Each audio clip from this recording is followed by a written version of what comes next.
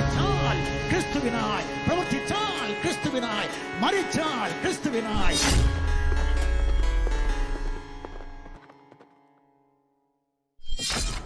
മനുഷ്യവർഗത്തിന്റെ പാപമോചനത്തിനു വേണ്ടി മനുഷ്യനായി മണ്ണിൽ പിറന്ന് മരക്കുരിശിൽ മരിച്ച് കല്ലറയിൽ അടക്കപ്പെട്ട് മൂന്നാം നാൾ ഉയർത്തെഴുന്നേറ്റ ദൈവപുത്രനായ യേശുക്രിസ്തുവിന്റെ നിസ്തുലമായ നാമത്തിൽ ഞങ്ങളെ കേൾക്കുന്ന എല്ലാവർക്കും ട്രൂത്ത് ഫൈറ്റേഴ്സിന്റെ സ്നേഹ വന്ദനങ്ങൾ. സുലൈമാൻ തുർക്കിയെ കുറിച്ചുള്ള കഴിഞ്ഞ വീഡിയോ കണ്ടിട്ട് സുലൈമാൻ തുർക്കിയുടെ ഫാൻസിന് നന്നായി കുരു പൊട്ടിയിട്ടുണ്ടെന്ന് ആ വീഡിയോയുടെ കമന്റ് ബോക്സ് കാണുന്നവർക്ക് മനസ്സിലാവും. സുലൈമാൻ ഫാൻസിന്റെ ഈ കുരുപൊട്ടൽ ഞാൻ പ്രതീക്ഷിച്ചതാണ്, അതുകൊണ്ട് എനിക്കതിൽ അത്ഭുതമൊന്നും തോന്നിയില്ല. എന്നാൽ ആ ഫാൻസിനേക്കാൾ അധികം കുരുപൊട്ടിയിരിക്കുന്നത് ജിഹാദികൾക്കാണ്. ജിഹാദികളിൽ പലരും കമന്റ് ബോക്സിൽ വന്ന് മെഴുകിയിരിക്കുന്നത് നിങ്ങൾ കണ്ടു കാണുമെന്നാണ് ഞാൻ പ്രതീക്ഷിക്കുന്നത്. ആ വീഡിയോയിൽ മാത്രമല്ല, ഞങ്ങളുടെ പല വീഡിയോകളുടെ കമന്റ് ബോക്സിലും ജിഹാദികളുടെ കൂട്ടനിലവിളി നിങ്ങൾക്ക് കേൾക്കാവുന്നതാണ്. നൊന്തവനല്ലേ നോവറിയൂ, അടി കിട്ടിയവർക്ക് നിലവിളിക്കാൻ അവകാശമുണ്ട് എന്ന് ഉറച്ചു വിശ്വസിക്കുന്ന ആളാണ് ഞാൻ എന്നുള്ളത് കൊണ്ട് കമന്റ് ബോക്സിൽ ജിഹാദികൾ കരഞ്ഞു മെഴുകുന്നത് കാണുമ്പോൾ എനിക്ക് സഹതാപം മാത്രമേ അവരോട് തോന്നാറുള്ളൂ. എന്നാൽ ചിലരുടെ കരച്ചിൽ കാണുമ്പോൾ രണ്ടെണ്ണം കൂടി അവർക്കിട്ട് കൊടുക്കാൻ തോന്നുകയും ചെയ്യാറുണ്ട്. ശാരീരികമായി അടി കൊടുക്കുന്ന കാര്യമല്ല, ആശയപരമായി കൊടുക്കുന്ന അടിയെക്കുറിച്ചാണ് പറയുന്നത്. അങ്ങനെ തെറ്റിദ്ധരിക്കരുത് ശാരീരികമാണെന്നുള്ളത്. ഏതായാലും എനിക്ക് യൂട്യൂബ് വഴി ശാരീരികമായിട്ട് ആരും ഒന്നും ചെയ്യാൻ പറ്റില്ല എന്ന് നിങ്ങൾക്ക് തന്നെ അറിയാമല്ലോ. അപ്പൊ എനിക്കിങ്ങനെ തോന്നാനുള്ള കാരണം വേറൊന്നുമല്ല, അവന്മാര് പറയുന്നത് നട്ടാ കുരുക്കാത്ത നുണയാണ്. അതുകൊണ്ടാണ് ഈ നുണ കേൾക്കുമ്പോൾ എനിക്ക് നല്ല ദേഷ്യം വരും. കഴിഞ്ഞ 1400 കൊല്ലങ്ങളായി നുണ പറഞ്ഞ് പിടിച്ചു നിന്നതുപോലെ ഈ ഇന്റർനെറ്റ് യുഗത്തിൽ നുണ കൊണ്ട് പിടിച്ചു നിൽക്കാൻ കഴിയില്ല എന്ന് ഇവന്മാരോട് ആരും പറഞ്ഞു കൊടുക്കാനില്ലേ എന്നാണ് ഞാൻ ആലോചിക്കുന്നത്. ഏതായാലും ഇവന്മാരുടെ കരച്ചിലുണ്ടല്ലോ, അത് കണ്ട പെറ്റ ആള് പോലും സഹിക്കൂല, അമ്മാതിരി കരച്ചിലാണ്. കമന്റ് ബോക്സ് മുഴുവൻ അങ്ങോട്ട് കരഞ്ഞു മെഴുകി വെച്ചിരിക്കുകയാണ്. പിന്നെ കരയുന്നതിന് കുഴപ്പമില്ല, പക്ഷെ അടി കൊണ്ടതിന് മാത്രം കരഞ്ഞാ പോരെ. കൊള്ളാത്ത അടിക്ക് എന്തിനാ ഇവന്മാര് കരയുന്നത് എന്നാണ് എനിക്ക് മനസ്സിലാകാത്തത്. സുലൈമാൻ തുർക്കിയെ എക്സ്പോസ് ചെയ്തുകൊണ്ട് വീഡിയോ ഇട്ടാലും അവിടെ വന്ന് കരഞ്ഞു മെഴുകും ഈ ജിഹാദി കുഞ്ഞുങ്ങൾ. അങ്ങനെ കരഞ്ഞു മെഴുകിയ ഒരു ജിഹാദി കുഞ്ഞിന്റെ കമന്റ് ഞാൻ നിങ്ങളെ വായിച്ചു കേൾപ്പിക്കാം. കമന്റ് ഇട്ട ജിഹാദി കുഞ്ഞിന്റെ പേര് സെമിമോൻ TS എന്നാണ്. നമുക്കറിയാം, സെമി എന്ന് പറഞ്ഞാൽ പകുതി അല്ലെങ്കിൽ അർദ്ധം, ഹാഫ് എന്നൊക്കെയാണ് അർത്ഥം. അപ്പൊ സെമിമോൻ എന്ന് പറഞ്ഞാൽ എന്താ അർത്ഥം? പകുതി മോൻ. അങ്ങനെ വരുമ്പോ സ്വാഭാവികമായും ബാക്കി പകുതി മോളായിരിക്കും അല്ലെ? ഇവനൊക്കെ പറ്റിയ പേരാണത്. പകുതി മോനും പകുതി മോളുമായ ആളാണ് ഈ കമന്റ് ഇട്ടിരിക്കുന്നത്. ഞാൻ ആ കമന്റ് വായിക്കാം. അയ്യപ്പൻ ഇസ്ലാമിനെ കുറിച്ച് പറഞ്ഞതെല്ലാം 100% തെറ്റിദ്ധരിപ്പിക്കുന്നതാണ്. ഇസ്ലാം ഒരിക്കലും ആരെയും ഇസ്ലാമിലേക്ക് ക്ഷണിക്കുന്നില്ല. പാൽപ്പൊടിയും ഗോതമ്പും കാശും ഇസ്ലാമിലില്ല. ആരോഗ്യകരമായ മതവിമർശനമാകാം, എന്നാൽ അയ്യപ്പൻ രൂക്ഷവർഗീയമായും ദൈവികമായും വളരെ തരം താഴ്ന്ന നിലയിലുള്ള വിമർശനത്തെ എതിർക്കുന്നു എന്നാണ് സെമിമോൻ പറയുന്നത്. ഈ അവസാനത്തെ വാചകം എന്താണെന്ന് അള്ളാഹ്ക്ക് മാത്രമേ അറിയുള്ളൂ, ഒരു പിടിയില്ല എന്താണെന്നുള്ളത്. ഈ സെമിമോനെ മദ്രസയിൽ ഇസ്ലാം പഠിപ്പിച്ച ഉസ്താദുമാരുണ്ടല്ലോ, ആ ഉസ്താദുമാരെ പഠിപ്പിച്ച ഉസ്താദുമാരും ഇപ്പൊ ജീവിച്ചിരിപ്പുണ്ടാകുമെന്ന് ഞാൻ പ്രതീക്ഷിക്കുന്നു. അവരുടെയൊക്കെ മുമ്പാകെ ഞാനൊരു വെല്ലുവിളി വെക്കുകയാണ്. അവരെല്ലാം ഈ സെമിമോനെ പോലെ പാതി മോനും പാതി മോളുമാണെങ്കിൽ ഞാനിപ്പോൾ നടത്താൻ പോകുന്ന വെല്ലുവിളി ഏറ്റെടുക്കണമെന്നില്ല. പക്ഷെ അവർ ഫുള്ള് ആണാണെങ്കിൽ, അവരുടെ ശിഷ്യനായ ഈ സെമിമോനെ പോലെ പകുതി ആണും പകുതി പെണ്ണുമല്ലെന്നുണ്ടെങ്കിൽ ഞാൻ അവരുടെ മുമ്പാകെ വെക്കുന്ന വെല്ലുവിളി അവർ ഏറ്റെടുക്കണമെന്നാണ് എനിക്ക് പറയാനുള്ളത്. എന്റെ വെല്ലുവിളി ഇതാണ്. ഇസ്ലാമിനെ കുറിച്ച് ഞാൻ പറഞ്ഞത് 100% തെറ്റിദ്ധരിപ്പിക്കുന്നതാണെന്നാണ് നിങ്ങളുടെ ശിഷ്യൻ സെമിമോൻ പറഞ്ഞിരിക്കുന്നത്. ഇസ്ലാമിനെ കുറിച്ച് ഞാൻ പറഞ്ഞ കാര്യങ്ങളിൽ 100% വേണ്ട, 50% വേണ്ട, 25% അതും വേണ്ട, അതും പോട്ടെ, 10% തെറ്റിദ്ധരിപ്പിക്കുന്നതാണ്. ഇസ്ലാമിക പ്രമാണങ്ങളിലോ ഇസ്ലാമിക ചരിത്രത്തിലോ ഇല്ലാത്ത കാര്യങ്ങളാണെന്ന് നിങ്ങൾ തെളിയിച്ചാൽ 1,00,000 മുകളിൽ സബ്സ്ക്രൈബേഴ്സ് ഉള്ള ഈ ട്രൂത്ത് ഫൈറ്റേഴ്സ് എന്ന ചാനൽ ഞാൻ അടച്ചുപൂട്ടാം. ഇത് തെളിയിക്കാൻ നിങ്ങൾക്ക് സാധിക്കുന്നില്ലെങ്കിൽ നിങ്ങളെ കാര്യം പറയണം, ഞങ്ങൾക്ക് അത് തെളിയിക്കാൻ സാധിക്കില്ല എന്ന് പറയണം. അത് പറയാതെ നിങ്ങൾ മിണ്ടാതിരിക്കുകയാണെങ്കിൽ, മൗനം പാലിക്കുകയാണെങ്കിൽ, നിങ്ങളുടെ ശിഷ്യനായ സെമിമോനെ പോലെ നിങ്ങളും പകുതി മോനും പകുതി മോളുമാണെന്ന് ഞങ്ങൾ മനസ്സിലാക്കിക്കൊള്ളാം. ഇതാണ് എൻ്റെ വെല്ലുവിളി. ഇവരത് തെളിയിക്കണം. ഈ സെമിമോനെ പോലെയുള്ള മദ്രസ പൊട്ടന്മാർ ജീവിക്കുന്നത് 1980കളിലും 90കളിലും ഒക്കെയാണ്. ലോകത്ത് ഇന്റർനെറ്റ് വന്നതൊന്നും ഇവന്മാർ അറിഞ്ഞിട്ടില്ല എന്നാണ് തോന്നുന്നത്. കാരണം നുണ പറഞ്ഞാൽ അടുത്ത നിമിഷം അത് പിടിക്കപ്പെടും എന്നിവർക്ക് അറിയില്ല, ഇപ്പോഴും അറിയില്ല. അതുകൊണ്ടാണ് ഇസ്ലാം ഒരിക്കലും ആരെയും ഇസ്ലാമിലേക്ക് ക്ഷണിക്കുന്നില്ല എന്ന പച്ചക്കള്ളം യാതൊരു ഉളുപ്പുമില്ലാതെ പറയാൻ അവന് സാധിക്കുന്നത്. ലോകത്തുള്ള സകല അമുസ്ലിങ്ങളെയും ഇസ്ലാമിലേക്ക് ക്ഷണിക്കുക എന്നത് ഇസ്ലാമിന്റെ ആരംഭം മുതലേയുള്ള കാര്യമാണ്. ഇസ്ലാമിലേക്ക് അമുസ്ലിങ്ങളെ ക്ഷണിക്കാൻ വേണ്ടി മുസ്ലിങ്ങൾ ഉപയോഗിക്കുന്ന മാർഗങ്ങൾ ഓരോരോ കാലഘട്ടങ്ങളിൽ വ്യത്യാസപ്പെട്ടിട്ടുണ്ട്. പക്ഷെ ക്ഷണിക്കുക എന്നുള്ളത് ഓരോ മുസ്ലിമിന്റെയും നിർബന്ധിത ബാധ്യതയാണ്. അത് ഈ സെമിമോൻ അറിയാത്തതൊന്നുമല്ല. തക്കിയ ഇറക്കി അവൻ ആളുകളെ വഞ്ചിക്കുകയാണ്. ഇസ്ലാം മത പ്രചാരകരെ പൊതുവെ വിളിക്കുന്ന പേരാണല്ലോ ദാവാക്കാർ എന്നുള്ളത്. ദാവാക്കാര്. എന്താണ് ദാവ എന്ന വാക്കിന്റെ അർത്ഥം എന്നറിയാമോ? ദാവ എന്ന അറബി പദത്തിന്റെ അർത്ഥം ക്ഷണിക്കുക, അല്ലെങ്കിൽ ഒരു സമൻസ് പുറപ്പെടുവിക്കുക. ഇങ്ങോട്ട് ഹാജരാകൂ എന്ന് പറഞ്ഞുകൊണ്ട് ഒരു സമൻസ് പുറപ്പെടുവിക്കുന്നത്, അല്ലെങ്കിൽ വിളിക്കുക, ഇങ്ങോട്ട് വാ എന്ന് പറഞ്ഞു വിളിക്കുക. ഇതൊക്കെയാണ് ഈ ദാവ എന്ന അറബി വാക്കിന്റെ അർത്ഥം. ഇസ്ലാമിക പരിപ്രേക്ഷ്യത്തിൽ ദാവ എന്ന വാക്കിന്റെ അർത്ഥം ഇസ്ലാമിനെ മനസ്സിലാക്കാനും ഇസ്ലാം മതം സ്വീകരിക്കാനും അള്ളാഹുവിനെ ആരാധിക്കാനും വേണ്ടി അമുസ്ലിങ്ങളെ ഇസ്ലാമിലേക്ക് ക്ഷണിക്കുക എന്നതാണ്. സംഭാഷണത്തിലൂടെയും മറ്റ് ടെക്നിക്കുകളിലൂടെയും ആളുകളെ ഇവർ ഇസ്ലാമിലേക്ക് ക്ഷണിക്കാറുണ്ട്. ഈ മറ്റ് ടെക്നിക്കുകൾ എന്തൊക്കെയാണെന്ന് ഞാൻ പുറകെ പറയാം. ഹദീസുകളിൽ നിന്നുള്ള തെളിവ് വെച്ചിട്ട് ഞാൻ പറഞ്ഞുതരാം. ഇസ്ലാം ഒരിക്കലും ആരെയും ഇസ്ലാമിലേക്ക് ക്ഷണിക്കുന്നില്ല എന്നുള്ളത് സെമിമോൻ എന്ന ജിഹാദി കുഞ്ഞിന്റെ തക്കിയ മാത്രമാണെന്ന് നിങ്ങൾ അറിഞ്ഞിരിക്കണം. ഇസ്ലാമിലേക്ക് ആളുകളെ ക്ഷണിക്കേണ്ടതിനെ കുറിച്ച് ഇവരുടെ കിതാബ് ഖുറാനിലുള്ളത് ഞാൻ കാണിച്ചു തരാം. സൂറ 28:87. അള്ളാഹുവിന്റെ വചനങ്ങൾ നിനക്ക് അവതരിപ്പിക്കപ്പെട്ടതിന് ശേഷം അവർ നിന്നെ അതിൽ നിന്ന് തടയാതിരിക്കട്ടെ. നിന്റെ രക്ഷിതാവിങ്കലേക്ക് നീ ക്ഷണിക്കുക. നീ ബഹുദൈവ വിശ്വാസികളുടെ കൂട്ടത്തിലായി പോകരുത്. സൂറ 28:87. നിന്റെ രക്ഷിതാവിങ്കിലേക്ക് നീ ക്ഷണിക്കുക എന്ന് പറഞ്ഞാൽ അല്ലാഹുവിൽ വിശ്വസിക്കാൻ വേണ്ടിയുള്ള ക്ഷണമാണ്. അതായത് മുസ്ലിം ആകാൻ വേണ്ടിയുള്ള ക്ഷണം. ഇതേ കാര്യം സൂറ 41:33 പറയുന്നുണ്ട്. അല്ലാഹുവിങ്കിലേക്ക് ക്ഷണിക്കുകയും സൽക്കർമ്മം പ്രവർത്തിക്കുകയും തീർച്ചയായും ഞാൻ മുസ്ലിങ്ങളുടെ കൂട്ടത്തിലാകുന്നു എന്ന് പറയുകയും ചെയ്തവനേക്കാൾ വിശിഷ്ടമായ വാക്ക് പറയുന്ന മറ്റാരുണ്ട്. സൂറ 41:33. അപ്പൊ ഇസ്ലാം ആകാൻ വേണ്ടി ഒരുത്തനെ ക്ഷണിക്കുന്നത്, അമുസ്ലിമായ ഒരുത്തനെ ക്ഷണിക്കുന്നത് ഏറ്റവും വിശിഷ്ടമായ കാര്യങ്ങളിൽ ഒന്നാണെന്നാണ് ഖുറാൻ പറയുന്നത്. ഖുറാനിൽ ഇങ്ങനെ പച്ചയ്ക്ക് എഴുതി വച്ചിരിക്കുമ്പോഴാണ് ഈ സെമിമോൻ പറയുന്നത് ഇസ്ലാം ഒരിക്കലും ആരെയും ഇസ്ലാമിലേക്ക് ക്ഷണിക്കുന്നില്ല എന്ന്. മനുഷ്യനായാൽ അല്പമെങ്കിലും ഉളുപ്പ് വേണ്ടേ? ഇത്തിരിയെങ്കിലും നാണവും മാനവും വേണ്ടേ? അതൊക്കെ വേണ്ടേ? അതൊന്നുമില്ലെങ്കിൽ ഈ സെമിമോനെ പോലെ ആകും അങ്ങനെയുള്ള ആൾക്കാർ. ഇസ്ലാം ക്വിസ് എന്ന വെബ്സൈറ്റിൽ പോയി നോക്കിയാൽ അതിലൊരു ചോദ്യമുണ്ട്. ഇസ്ലാമിലേക്ക് ക്ഷണിച്ചുകൊണ്ട് തിരുനബി എത്ര ഭരണാധികാരികൾക്ക് കത്തയച്ചിട്ടുണ്ട് എന്നാണ് ചോദ്യം. 10-ലധികം എന്ന ഉത്തരവും അവിടെ കൊടുത്തിട്ടുണ്ട്. 10-ലധികം രാജാക്കന്മാരെയാണ് ഇസ്ലാമിലേക്ക് ക്ഷണിച്ചുകൊണ്ട് മുഹമ്മദ് കത്തയച്ചിട്ടുള്ളത്. മനസ്സിലായോ? തൃശൂർ ആമിന ബുക്ക് സ്റ്റാൾ പ്രസിദ്ധീകരിച്ച താരിഖുൽ ഇസ്ലാം സമ്പൂർണ്ണ ഇസ്ലാം ചരിത്രം എന്ന ഗ്രന്ഥത്തിന്റെ 535 പേജ് മുതൽ 542 പേജ് വരെ ഈ കത്തുകളിൽ ചിലത് കൊടുത്തിട്ടുണ്ട്. ആ കത്തുകളിൽ വളരെ വ്യക്തമായി തന്നെ മുഹമ്മദ് ഈ രാജാക്കന്മാരെ ഇസ്ലാമിലേക്ക് ക്ഷണിക്കുന്നത് നമുക്ക് കാണാൻ പറ്റും. അത് ഞാൻ വായിക്കാം.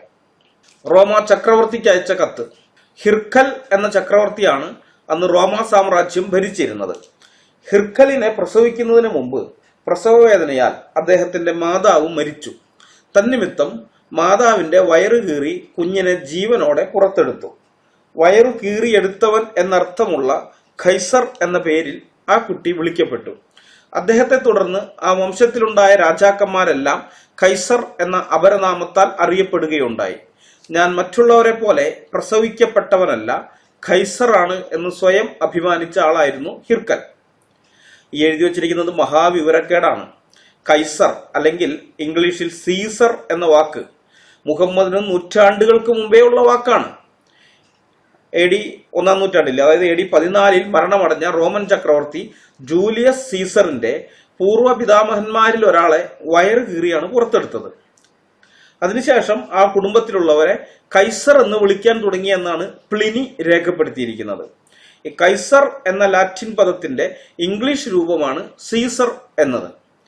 ഈ വയറ് കീറി കുഞ്ഞിനെ പുറത്തെടുക്കുന്നതിനെ സീസേറിയൻ എന്ന് വിളിക്കുന്നതിന്റെ കാരണവും സീസറുമായി അത് ബന്ധപ്പെട്ട് കിടക്കുന്നതുകൊണ്ടാണ്.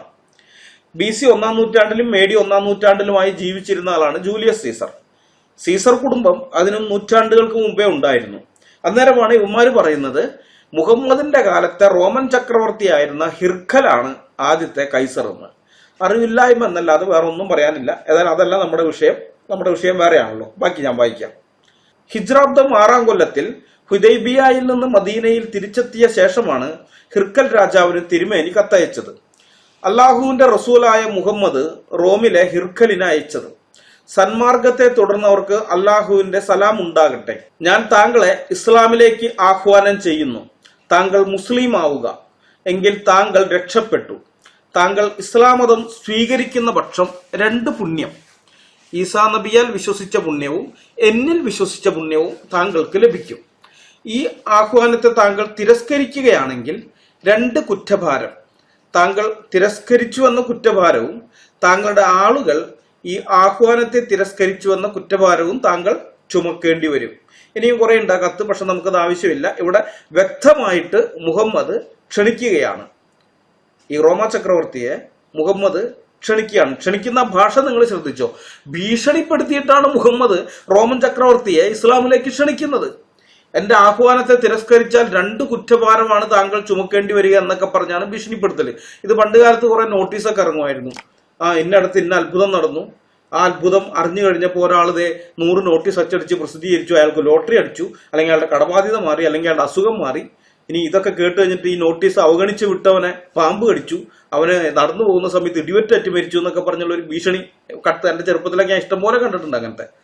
എനിക്ക് അതാണ് ഇത് വായിച്ചപ്പോൾ, ഈ കത്ത് വായിച്ചപ്പോൾ എനിക്ക് ഓർമ്മ വന്നത് അതാണ്. ഏതായാലും റോമൻ ചക്രവർത്തി ഈ ഭീഷണിക്കൊന്നും യാതൊരു വിലയും കൊടുത്തില്ല, അവഗണിക്കുകയാണ് ചെയ്തത്. അപ്പൊ സെമിമോനെ, നീ കണ്ടില്ലേ റോമൻ ചക്രവർത്തിയെ മുഹമ്മദ് ഇസ്ലാമിലേക്ക് ക്ഷണിച്ചതിന്റെ തെളിവ്? ഇസ്ലാം ഒരിക്കലും ആരെയും ഇസ്ലാമിലേക്ക് ക്ഷണിക്കുന്നില്ല എന്ന് നീ കള്ളം പറഞ്ഞതുകൊണ്ട് വല്ല കാര്യവും ഉണ്ടോ സെമിമോനെ? പ്രമാണം നിനക്കെതിരല്ലേ? ഞാൻ പറഞ്ഞതല്ലേ സത്യം അല്ലേ? നീയല്ലേ ഇവിടെ തെറ്റിദ്ധരിപ്പിക്കുന്നത് ഇസ്ലാമിനെ കുറിച്ച്? അതായത് നമുക്ക് അടുത്ത കത്ത് നോക്കാം. പേർഷ്യയിലെ കിസ്ര രാജാവിന് അയച്ച കത്ത്. ബർവീസ് എന്ന ആളാണ് അന്ന് പേർഷ്യ ഭരിച്ചിരുന്നത്. അദ്ദേഹത്തിന് തിരുമേനി ഒരു കത്തയക്കുകയുണ്ടായി. അള്ളാഹുവിന്റെ റസൂലായ മുഹമ്മദ് പേർഷ്യയിലെ കിസ്രയ്ക്ക് അയച്ചത് നേർമാർഗത്തെ പിന്തുടരുകയും അള്ളാഹുവിലും അവന്റെ റസൂലിലും വിശ്വസിക്കുകയും അള്ളാഹു ഒഴികെ ഇലാഹില്ലെന്നും അവൻ ഏകനും അനുപമനുമാണെന്നും മുഹമ്മദ് അവന്റെ അടിമയും റസൂലുമാണെന്നും ദൃഢമായി ഹൃദയത്തിൽ ഉറപ്പിച്ചു മൊഴിയുകയും ചെയ്തവരിൽ അള്ളാഹുവിന്റെ സലാം ഉണ്ടാകട്ടെ. താങ്കളെ ഞാൻ അള്ളാഹുവിലേക്കും ഇസ്ലാമിലേക്കും ക്ഷണിക്കുന്നു. വ്യക്തമായിട്ടാണ് അവിടെ എഴുതിയിരിക്കുന്ന കത്തിനകത്ത് താങ്കളെ ഞാൻ അള്ളാഹുവിലേക്കും ഇസ്ലാമിലേക്കും ക്ഷണിക്കുന്നു. സർവ്വജനങ്ങൾക്കുമായി അള്ളാഹു നിയോഗിച്ചിട്ടുള്ള റസൂലാണ് ഞാൻ. താങ്കൾ ഇസ്ലാം മതം വിശ്വസിച്ചു കൊള്ളുക. എന്നാൽ താങ്കൾ വിജയിച്ചു.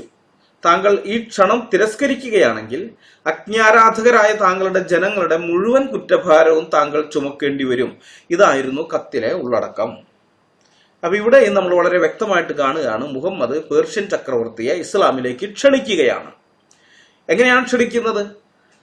ഈ റോമൻ ചക്രവർത്തിയെ ഭീഷണിപ്പെടുത്തിയതുപോലെ തന്നെയാണ് പേർഷ്യൻ രാജാവായ കിസ്രയെയും മുഹമ്മദ് ഭീഷണിപ്പെടുത്തിക്കൊണ്ട് ഇസ്ലാമിലേക്ക് ക്ഷണിക്കുന്നത്. ഈ ക്ഷണം താങ്കൾ തിരസ്കരിക്കുകയാണെങ്കിൽ താങ്കളുടെ ജനങ്ങളുടെ മുഴുവൻ കുറ്റഭാരവും താങ്കൾ ചുമക്കേണ്ടി വരുമെന്നും പറഞ്ഞുകൊണ്ട് പേടിപ്പിച്ചിട്ടാണ്, ഭീഷണിപ്പെടുത്തിയിട്ടാണ് ക്ഷണിക്കുന്നത്. അപ്പൊ ഏതായാലും ഇസ്ലാം ഒരിക്കലും ആരെയും ഇസ്ലാമിലേക്ക് ക്ഷണിക്കുന്നില്ല എന്ന് സെമിമോൻ പറഞ്ഞത് എത്ര വലിയ നുണയാണെന്ന് നിങ്ങൾക്ക് മനസ്സിലായല്ലോ. നമുക്ക് അടുത്ത കത്ത് നോക്കാം. മുൻദിർ രാജാവിന് അയച്ച കത്ത്. അക്കാലത്ത് ബഹ്റൈൻ എന്ന രാജ്യം ഭരിച്ചിരുന്ന ആളാണ് മുൻദിർ ഇബ്നു സാവി. അലാ ഇബ്നു ഖൽറമി എന്ന സഹാബി തിരുമേനിയുടെ ഒരു എഴുത്തുമായി മുൻദിർ രാജാവിനെ സമീപിച്ചു. ആ കത്തിലെ ഉള്ളടക്കം അറിയാവുന്ന ഒരാളെയും ഞങ്ങൾ കണ്ടെത്തിയില്ല എന്നാണ് മവാഹിബ് എന്ന ഗ്രന്ഥത്തിന്റെ വ്യാഖ്യാന ഗ്രന്ഥത്തിൽ പ്രസ്താവിച്ചു കാണുന്നത്. മുൻദിർ രാജാവ് ആ കത്ത് സാദരം സ്വീകരിക്കുകയും കത്തിലെ താല്പര്യമനുസരിച്ച് ഇസ്ലാം മതം വിശ്വസിക്കുകയും ചെയ്തു. പിന്നെയും കുറച്ച് കാര്യങ്ങൾ പറയുന്നുണ്ട്, അത് നമുക്കിവിടെ ആവശ്യമില്ല. മുഹമ്മദിന്റെ കാലത്ത് ഇന്നത്തെ ബഹ്റൈൻ എന്ന രാജ്യമുണ്ടല്ലോ, അത് ക്രിസ്ത്യാനികൾക്ക് ഭൂരിപക്ഷമുള്ള രാജ്യമായിരുന്നു. മിഡിൽ ഈസ്റ്റിലെ എല്ലാ രാജ്യങ്ങളും ക്രൈസ്തവ ഭൂരിപക്ഷമുള്ള രാജ്യങ്ങളായിരുന്നു അന്നത്തെ കാലത്ത്. അവിടുത്തെ രാജാവിനെ മുഹമ്മദ് ഇസ്ലാം മതത്തിലേക്ക് ക്ഷണിച്ചു. അയാൾ ആ ക്ഷണം സ്വീകരിച്ച് മുസ്ലിമായി. മുഹമ്മദിന്റെ ഭീഷണിക്ക് മുമ്പിൽ അയാൾ ഭയന്നു പോയി കാണണം, അതുകൊണ്ടായിരിക്കണം ഇസ്ലാം സ്വീകരിച്ചത്. ഏതായാലും അയാൾ മുസ്ലിം ആയതിനു ശേഷം ബഹ്റൈനിലുള്ള ക്രിസ്ത്യാനികളെല്ലാം നാമാവശേഷമായി തീർന്നു. ഈ മുഹമ്മദിന്റെ ഭീഷണി എന്ന് പറയുമ്പോൾ ഈ റോമൻ ചക്രവർത്തിയെയും അതുപോലെ പേർഷ്യൻ ചക്രവർത്തിയെയും ഭീഷണിപ്പെടുത്തിയതുപോലെയുള്ള ഭീഷണിയല്ല. അതായത് നിങ്ങൾ ഇസ്ലാം സ്വീകരിച്ചില്ലെങ്കിൽ അള്ളാഹുവിന്റെ അടുക്കൽ കുറ്റഭാരം ചുമക്കേണ്ടി വരും എന്ന രീതിയിലുള്ള ഭീഷണിയൊന്നുമല്ല. അതൊക്കെ വലിയ വലിയ പുള്ളികൾക്കെതിരെയാണ്. തനിക്കൊന്നും ചെയ്യാൻ പറ്റില്ല എന്നറിയാവുന്ന വലിയ സൈന്യമുള്ള ടീമുകളുടെ അടുത്താണ് അങ്ങനെയുള്ള ഭീഷണി. മരിച്ച് അവിടെ ചെല്ലുമ്പോൾ അള്ളാഹുവിന്റെ അടുക്കൽ കണക്ക് കൊടുക്കേണ്ടി വരും എന്നൊക്കെയുള്ള ഭീഷണി. റോമൻ സാമ്രാജ്യത്തിന്റെയും പേർഷ്യൻ സാമ്രാജ്യത്തിന്റെയും ഒക്കെ ഭരണാധികാരികളുടെ നേരെയാണ് അങ്ങനെയുള്ള ഭീഷണി മുഹമ്മദ് എടുത്തിരുന്നത്. എന്നാൽ ചെറിയ ചെറിയ രാജാക്കന്മാർക്കെതിരെ മുഹമ്മദ് പുറത്തെടുത്ത ഭീഷണി ഉണ്ടല്ലോ, അത് വേറെ ലെവലാണ്. അതറിയാൻ നമുക്ക് അടുത്ത കത്ത് വായിക്കാം. ഉമ്മാനിലെ രാജാക്കന്മാർക്ക് അയച്ച കത്ത്. യമനിലെ ഉമ്മാൻ എന്ന സ്ഥലത്തെ രാജാക്കന്മാരായിരുന്ന ജൈഫർ ഇബ്നു ജലന്ത, അബ്ദുബ്നു ജലന്ത എന്നിവർക്ക് തിരുമേനിയുടെ ഒരു കത്ത് അമ്രുബ്നുൽ ആസി എത്തിച്ചു കൊടുത്തു. അള്ളാഹുവിന്റെ റസൂലായ മുഹമ്മദ് ജലന്തായുടെ പുത്രന്മാരായ ജൈഫർ, അബ്ദു എന്നിവർക്ക് അയച്ച കത്ത്. നേർമാർഗത്തെ തുടർന്നവർക്ക് അള്ളാഹുവിന്റെ സലാം ഉണ്ടാകട്ടെ. ഞാൻ നിങ്ങളെ ഇസ്ലാം ദീനിലേക്ക് ആഹ്വാനം ചെയ്യുന്നു. ഈ ആഹ്വാനം സ്വീകരിച്ചാൽ നിങ്ങൾ ജയിച്ചു, അല്ലെങ്കിൽ നിങ്ങളുടെ രാജ്യത്വം അവസാനിക്കും. ഭീഷണി തുടങ്ങുന്നത് നിങ്ങൾ ശ്രദ്ധിച്ചോ. അല്ലെങ്കിൽ നിങ്ങളുടെ രാജ്യത്വം അവസാനിക്കും. എന്റെ കുതിര നിങ്ങളുടെ ഉമ്മറത്തിറങ്ങും. എന്റെ നബിത്വം നിങ്ങളുടെ സിംഹാസനത്തിൽ പ്രത്യക്ഷപ്പെടും. ഇതായിരുന്നു കത്തിലെ സാരാംശം. ആ രാജാക്കന്മാർ തിരുമേനിയുടെ കത്ത് സ്വീകരിക്കുകയും ഇസ്ലാം മതം വിശ്വസിക്കുകയും ചെയ്തു. മാത്രമല്ല, ആ നാട്ടിലെ ഭൂരിപക്ഷം ആ രാജാക്കന്മാരെ പിന്തുടർന്നുകൊണ്ട് ഇസ്ലാമിലേക്ക് വന്നു. ആ നാട്ടിലെ ഇസ്ലാം മത വിശ്വാസികളല്ലാത്തവരുടെ മേൽ ജിസിയ ചുമത്തപ്പെട്ടു. കണ്ടില്ലേ മുഹമ്മദിന്റെ ഭീഷണി എങ്ങനെയുള്ളതാണെന്ന്. ഇസ്ലാം മതം സ്വീകരിക്കാൻ വേണ്ടിയുള്ള മുഹമ്മദിന്റെ ക്ഷണമാണ് നമ്മളിപ്പോൾ വായിച്ചത്. ഇസ്ലാം സ്വീകരിക്കാനുള്ള എന്റെ ക്ഷണം സ്വീകരിച്ചാൽ നിങ്ങൾ ജയിച്ചു. അല്ല എന്നുണ്ടെങ്കിൽ, അതായത് നിങ്ങൾ ഇസ്ലാം സ്വീകരിക്കാനുള്ള എന്റെ ക്ഷണം സ്വീകരിക്കുന്നില്ലെങ്കിൽ നിങ്ങളുടെ രാജ്യത്വം ഞാൻ അവസാനിപ്പിക്കും. എന്റെ കുതിര നിങ്ങളുടെ ഉമ്മറത്തിറങ്ങുമെന്നാണ് മുഹമ്മദ് ഭീഷണിപ്പെടുത്തുന്നത്. എന്ന് വെച്ചാൽ എന്റെ സൈന്യം നിന്റെ നാട്ടിലേക്ക് വരും. അതാണ് മുഹമ്മദ് പറഞ്ഞതിന്റെ പൊരുള്. എന്റെ കുതിര നിങ്ങളുടെ ഉമ്മറത്തിറങ്ങും എന്ന് പറഞ്ഞതിന്റെ പൊരുൾ അതാണ്. ഒരു മതത്തിൽ ചേരാൻ വേണ്ടിയുള്ള ക്ഷണമാണ് ഇതെന്ന് ഓർക്കണം. ബഹ്റൈനിലെ രാജാവും ഉമ്മാനിലെ രാജാക്കന്മാരും ഈ ഭീഷണിക്ക് മുമ്പിൽ മുട്ടുമടക്കി ഇസ്ലാം സ്വീകരിച്ചു. മുഹമ്മദിന്റെ മതപ്രചാരണം ഇങ്ങനെയായിരുന്നു. നിങ്ങൾ അത് മനസ്സിലാക്കണം, അറിയണം. വാളിന്റെ വായ്ത്തലയുടെ ബലത്തിൽ മതം പ്രചരിപ്പിച്ചവനായിരുന്നു മുഹമ്മദ് എന്ന് നിങ്ങൾക്ക് ഹദീസുകൾ പരിശോധിച്ചാൽ കാണാൻ പറ്റും. ഇന്നത്തെ മുസ്ലിങ്ങളൊക്കെ പറയുന്നത് പോലെയുള്ള വലിയ പുള്ളിയൊന്നും ആയിരുന്നില്ല. വെറും ഒരു കൊള്ളത്തലവൻ. അതിന്റെ അപ്പുറത്ത് മുഹമ്മദ് ഒന്നുമല്ല. ഇതായാലും നമുക്ക് അടുത്ത കത്ത് നോക്കാം. ഹാരിസിന് അയച്ച കത്ത്. കൈസർ രാജാവിന്റെ കീഴിൽ ദിംഷിക്കിൽ അന്നത്തെ അമീർ ആയിരുന്ന ഹാരിസ് ഇബ്നു അബി ഷിമ്രിൽ ഗസാനി എന്ന ആളെ ഇസ്ലാമിലേക്ക് ക്ഷണിച്ചുകൊണ്ടുള്ള ഒരു കത്ത് തിരുമേനി ഷുജാ ഇബ്നു വഹബ് എന്ന സഹാബിയുടെ പക്കൽ ഏൽപ്പിച്ചു. ഷുജാ ആ കത്ത് ഹാരിസിന്റെ കയ്യിൽ എത്തിച്ചു. ഹാരിസ് ആ കത്ത് സ്വീകരിച്ചെങ്കിലും ഇസ്ലാം മതം വിശ്വസിച്ചില്ല. അപ്പൊ ഇവിടെയും മുഹമ്മദ് ഇസ്ലാം സ്വീകരിക്കാൻ വേണ്ടി ക്ഷണിക്കുന്നതാണ് നാം കാണുന്നത്. എന്നാൽ അദ്ദേഹം സീസറിന്റെ ഗവർണർ ആയിരുന്നത് കൊണ്ട് മുഹമ്മദിന്റെ ക്ഷണത്തിന് പുല്ലുവില പോലും കൽപ്പിച്ചില്ല. അത് വേറെ കാര്യം, അവഗണിച്ചു വിടുകയാണ് ചെയ്തത്. കാരണം സീസറിന്റെ ഗവർണറാണ്, പോയിട്ടൊന്നും ചെയ്യാനൊന്നും പറ്റില്ല. നല്ല സൈനിക പിന്തുണ അയാൾക്ക് ഉണ്ടാവും. അവിടെ ഒരു യുദ്ധം മറ്റൊക്കെ ഉണ്ടായി കഴിഞ്ഞാൽ സീസറിന്റെ സൈന്യം വരും. അപ്പൊ അതറിയാവുന്നതുകൊണ്ട് തന്നെ പുല്ലെന്നും പറഞ്ഞ് മുഹമ്മദിന്റെ കത്തിനെ അയാൾ അവഗണിക്കുകയാണ് ചെയ്തത്. എന്നാൽ അങ്ങനെയൊന്നും അല്ലാത്ത ചെറിയ ചെറിയ നമ്മുടെ നാട്ടിലെ പഴയ നാട്ടുരാജാക്കന്മാരൊക്കെ ഉണ്ടല്ലോ, ചെറിയ ചെറിയ പ്രദേശം മാത്രം ഭരിച്ചുകൊണ്ടിരിക്കുന്ന അങ്ങനെയുള്ള ആൾക്കാരുടെ അടുത്ത് ഇത്തരം ഭീഷണി കത്തുകളൊക്കെ അയച്ചപ്പോൾ അവർ വേഗം ഭയന്ന് ഇസ്ലാം സ്വീകരിക്കുകയും ചെയ്തു. ഇതൊക്കെ എല്ലാ മുസ്ലിങ്ങൾക്കും അറിയാവുന്ന കാര്യമാണ്. എന്നിട്ടും ഈ നാണം കെട്ട മദ്രസ പൊട്ടൻ സെമി മോൻ എന്താണ് പറയുന്നത്? ഇസ്ലാം ഒരിക്കലും ആരെയും ഇസ്ലാമിലേക്ക് ക്ഷണിക്കുന്നില്ല എന്ന്. നുണ പറഞ്ഞ് മാത്രം മതം വളർത്തേണ്ട ഗതികെട്ട മതത്തിൽ ജനിച്ചു വീണതിന്റെ മനപ്രയാസമാണ് ഈ സെമിമോനുള്ളത്. എന്നിട്ട് അവൻ പറയുന്നത് എന്താണ്? ഇസ്ലാമിനെ കുറിച്ച് ഞങ്ങൾ പറയുന്നത് 100% തെറ്റിദ്ധരിപ്പിക്കലാണെന്ന്. ഇസ്ലാമിനെ കുറിച്ച് 100% നുണ പറയുന്നത് ഈ സെമിമോനെ പോലെയുള്ള ദാവക്കാരാണ്. ഇസ്ലാമിനെ കുറിച്ച് അവർ പറയുന്ന ഏതെങ്കിലും കാര്യത്തിന് അവർ എന്തെങ്കിലും റെഫറൻസ് കൊടുക്കുന്നത് നിങ്ങൾ കണ്ടിട്ടുണ്ടോ? ഒരു റെഫറൻസ് ഒരിക്കലുമില്ല. വായെ തോന്നിയത് കോതയ്ക്ക് പാട്ടെന്ന രീതിയിൽ ഇസ്ലാമിനെ കുറിച്ച് അവന്മാര് നുണകൾ അടിച്ചു വിടുകയാണ്. ഇസ്ലാം സമാധാനത്തിന്റെ മതമാണ്, അള്ളാഹു കാരുണ്യവാനാണ്, മുഹമ്മദ് മാനവരിൽ മഹോന്നവനാണ് എന്നൊക്കെയുള്ള ഇവന്മാരുടെ ഈ നുണകള് ഒരു കാലത്ത് ഞാനും വിശ്വസിച്ചിരുന്നതാണ്. അങ്ങനെ തന്നെയാണെന്നൊക്കെ ഞാനും വിശ്വസിച്ചിരുന്നു. പക്ഷെ പിന്നീടല്ലേ ക്രിസ്ത്യാനിയായി തീർന്നതിന് ശേഷമാണ് ഞാൻ ഇവരുടെ പുസ്തകങ്ങളൊക്കെ വായിക്കാൻ തുടങ്ങുന്നത്. പ്രമാണം വായിക്കാൻ തുടങ്ങിയപ്പോഴാണ് എനിക്ക് സത്യം മനസ്സിലായത്. നുണ പറഞ്ഞ ആളുകളെ വഞ്ചിക്കുകയാണ്. അമുസ്ലിം ഭരണാധികാരികളെ മാത്രമല്ല, സാധാരണക്കാരായ അമുസ്ലിങ്ങളെയും മുഹമ്മദ് ഇസ്ലാമിലേക്ക് ക്ഷണിച്ചിരുന്നു എന്ന് ഹദീസുകൾ വായിച്ചാൽ കാണാവുന്നതാണ്. ഇന്ന് നമ്മൾ കാണുന്നത് പോലെ സ്റ്റേജുകളൊക്കെ കെട്ടി ഇസ്ലാമിനെ കുറിച്ച് ഇല്ലാത്ത മഹത്വം പറഞ്ഞ് ഈ ജോക്കർ നായിക്കും MM അക്ബറും മറ്റും ഇസ്ലാമിലേക്ക് ആളുകളെ ക്ഷണിക്കുന്നത് പോലെയുള്ള ക്ഷണിക്കലായിരുന്നില്ല മുഹമ്മദ് നടത്തിയിരുന്നത്. മുഹമ്മദിന്റെ ഇസ്ലാമിലേക്കുള്ള ക്ഷണം ഹദീസുകളിൽ കാണുന്നത് ഞാൻ വായിക്കാം. സഹീഹ് അൽ ബുഖാരി വോളിയം 4 ബുക്ക് 52 ഹദീസ് നമ്പർ 192. അതല്ലെങ്കിൽ നിങ്ങൾ sunna.com ചെന്ന് സഹീഹ് അൽ ബുഖാരി എടുത്ത് 2942 ഹദീസ് നോക്കുക, 2942. അപ്പൊ ആ ഹദീസ് നിങ്ങൾ നോക്കിക്കഴിഞ്ഞാൽ ഞാനിപ്പോ ഈ വായിക്കുന്ന ഹദീസ് നിങ്ങൾക്ക് കിട്ടും. സഹൽ ബിൻ സഅദ് നിവേദനം. ഖൈബർ യുദ്ധ ദിവസം നബി പറയുന്നത് അദ്ദേഹം കേട്ടു, അള്ളാഹു വിജയം നൽകുന്ന ഒരാൾക്ക് ഞാൻ പതാക നൽകും. അതിനാൽ പതാക ആർക്ക് നൽകുമെന്ന് കാണാനുള്ള ആകാംക്ഷയോടെ നബിയുടെ അനുചരന്മാർ എഴുന്നേറ്റു. എല്ലാവരും പതാക കിട്ടണമെന്ന് ആഗ്രഹിച്ചു. എന്നാൽ പ്രവാചകൻ അലി എവിടെ എന്ന് ചോദിച്ചു. അയാൾക്ക് കണ്ണിന് തകരാറുണ്ടെന്ന് ആരോ അറിയിച്ചു. അതിനാൽ അലിയെ തന്റെ മുന്നിൽ കൊണ്ടുവരാൻ അദ്ദേഹം അവരോട് ആജ്ഞാപിച്ചു. അപ്പോൾ നബി അദ്ദേഹത്തിന്റെ കണ്ണുകളിൽ തുപ്പുകയും കണ്ണിനൊരു കുഴപ്പവും ഉണ്ടായിട്ടില്ലാത്തതുപോലെ അവന്റെ കണ്ണുകൾ പെട്ടെന്ന് സുഖപ്പെടുകയും ചെയ്തു.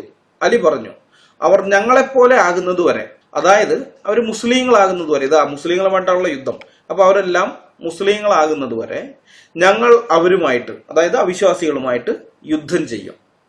നബി പറഞ്ഞു, നീ അവരെ അഭിമുഖീകരിക്കുകയും അവരെ ഇസ്ലാമിലേക്ക് ക്ഷണിക്കുകയും അല്ലാഹു അവരോട് കൽപ്പിച്ച കാര്യങ്ങൾ അവരെ അറിയിക്കുകയും ചെയ്യുന്നതുവരെ ക്ഷമയോടെ ഇരിക്കുക. അല്ലാഹുവാണ് ഒരൊറ്റ വ്യക്തി നിങ്ങളുടെ കൈകൊണ്ട് അഥവാ നിങ്ങളിലൂടെ ഇസ്ലാം സ്വീകരിക്കുകയാണെങ്കിൽ അത് ചുവന്ന ഒട്ടകങ്ങളെക്കാൾ നിങ്ങൾക്ക് നല്ലതാണ്. സഹീഹ് അൽ ബുഖാരി വോളിയം 4 ബുക്ക് 52 ഹദീസ് നമ്പർ 192. അതല്ലെങ്കിൽ sunna.com ചെന്ന് സഹീഹ് ബുഖാരി 2942 2942 ഹദീസ് നോക്കുക. കണ്ടല്ലോ മുഹമ്മദ് എങ്ങനെയായിരുന്നു അമുസ്ലിങ്ങളെ ഇസ്ലാമിലേക്ക് ക്ഷണിച്ചിരുന്നതെന്ന്. മുഹമ്മദിന്റെ ഈ മരുഭൂമി കൊള്ള സംഘം യുദ്ധസന്നദ്ധരായി ചെന്ന് അമുസ്ലിങ്ങളുടെ വാസസ്ഥലങ്ങൾ വളയുകയാണ്. എന്നിട്ട് അവരെ എല്ലാം ഇസ്ലാമിലേക്ക് ക്ഷണിക്കും. ക്ഷണം സ്വീകരിച്ച് ആരെങ്കിലും ഇസ്ലാമായാൽ അവന്റെ ജീവനും സ്വത്തും രക്ഷപ്പെടും. ഇസ്ലാമിലേക്കുള്ള ക്ഷണം അവരാരും സ്വീകരിക്കുന്നില്ലെങ്കിൽ പിന്നെ യുദ്ധമാണ്. അവരുടെ യോദ്ധാക്കളായ പുരുഷന്മാരെ കൊല്ലും, സ്ത്രീകളെയും കുട്ടികളെയും അടിമകളായി പിടിക്കും. മറ്റ് സമ്പത്തുകളെല്ലാം മുഹമ്മദിന്റെ മുസ്ലിം കൊള്ള സംഘം പിടിച്ചെടുക്കും. ഇങ്ങനെയുള്ള ക്ഷണമാണ് മുഹമ്മദ് ആദ്യകാലത്ത് നടത്തിയിരുന്നത്. എന്നാൽ പിന്നീട് ഇതിന് മുഹമ്മദ് മാറ്റം വരുത്തി. അതും നമുക്ക് ഹദീസുകളിൽ നിന്ന് മനസ്സിലാക്കാൻ പറ്റും. ഞാൻ ഹദീസ് വായിക്കാം. ഇബ്നു ഔൻ നിവേദനം. യുദ്ധത്തിന് മുമ്പ് ഇസ്ലാമിലേക്ക് ക്ഷണിക്കേണ്ടതുണ്ടോ എന്നതിനെ കുറിച്ച് നാഫിനോട് ചോദിച്ചുകൊണ്ട് ഞാൻ കത്തെഴുതി. അപ്പോൾ അദ്ദേഹം എനിക്ക് മറുപടി എഴുതി, അങ്ങനെ ചെയ്തിരുന്നത് ഇസ്ലാമിന്റെ ആരംഭത്തിലായിരുന്നു. ബനു മുസ്തലഖ് ഗോത്രത്തെ അവർ അശ്രദ്ധയിലായിരിക്കെ നബി ആക്രമിക്കുകയുണ്ടായി. അവരുടെ കാലികൾ ജലാശയത്തിനരികെ കുടിപ്പിക്കപ്പെടുകയായിരുന്നു. എന്നിട്ട് അവരിലെ യോദ്ധാക്കളെ വധിക്കുകയും തടവുകാരെ പിടികൂടുകയും ചെയ്തു. അന്ന് ഹാരിത്തിന്റെ പുത്രി ജുവൈരിയയെ ലഭിക്കുകയും ചെയ്തു. അന്ന് സൈന്യത്തിലുണ്ടായിരുന്ന അബ്ദുല്ലാഹിബ്നു ഉമർ എന്നോട് ഈ ഹദീസ് പറയുകയുണ്ടായിട്ടുണ്ട്. സ്വഹീഹ് മുസ്ലിം വാല്യം 2 ഭാഗം 32 ഹദീസ് നമ്പർ 1. sunna.com 1730 ഹദീസ്. ഇസ്ലാമിന്റെ ആരംഭത്തിൽ മുഹമ്മദ് എന്താണ് ചെയ്തിരുന്നത്?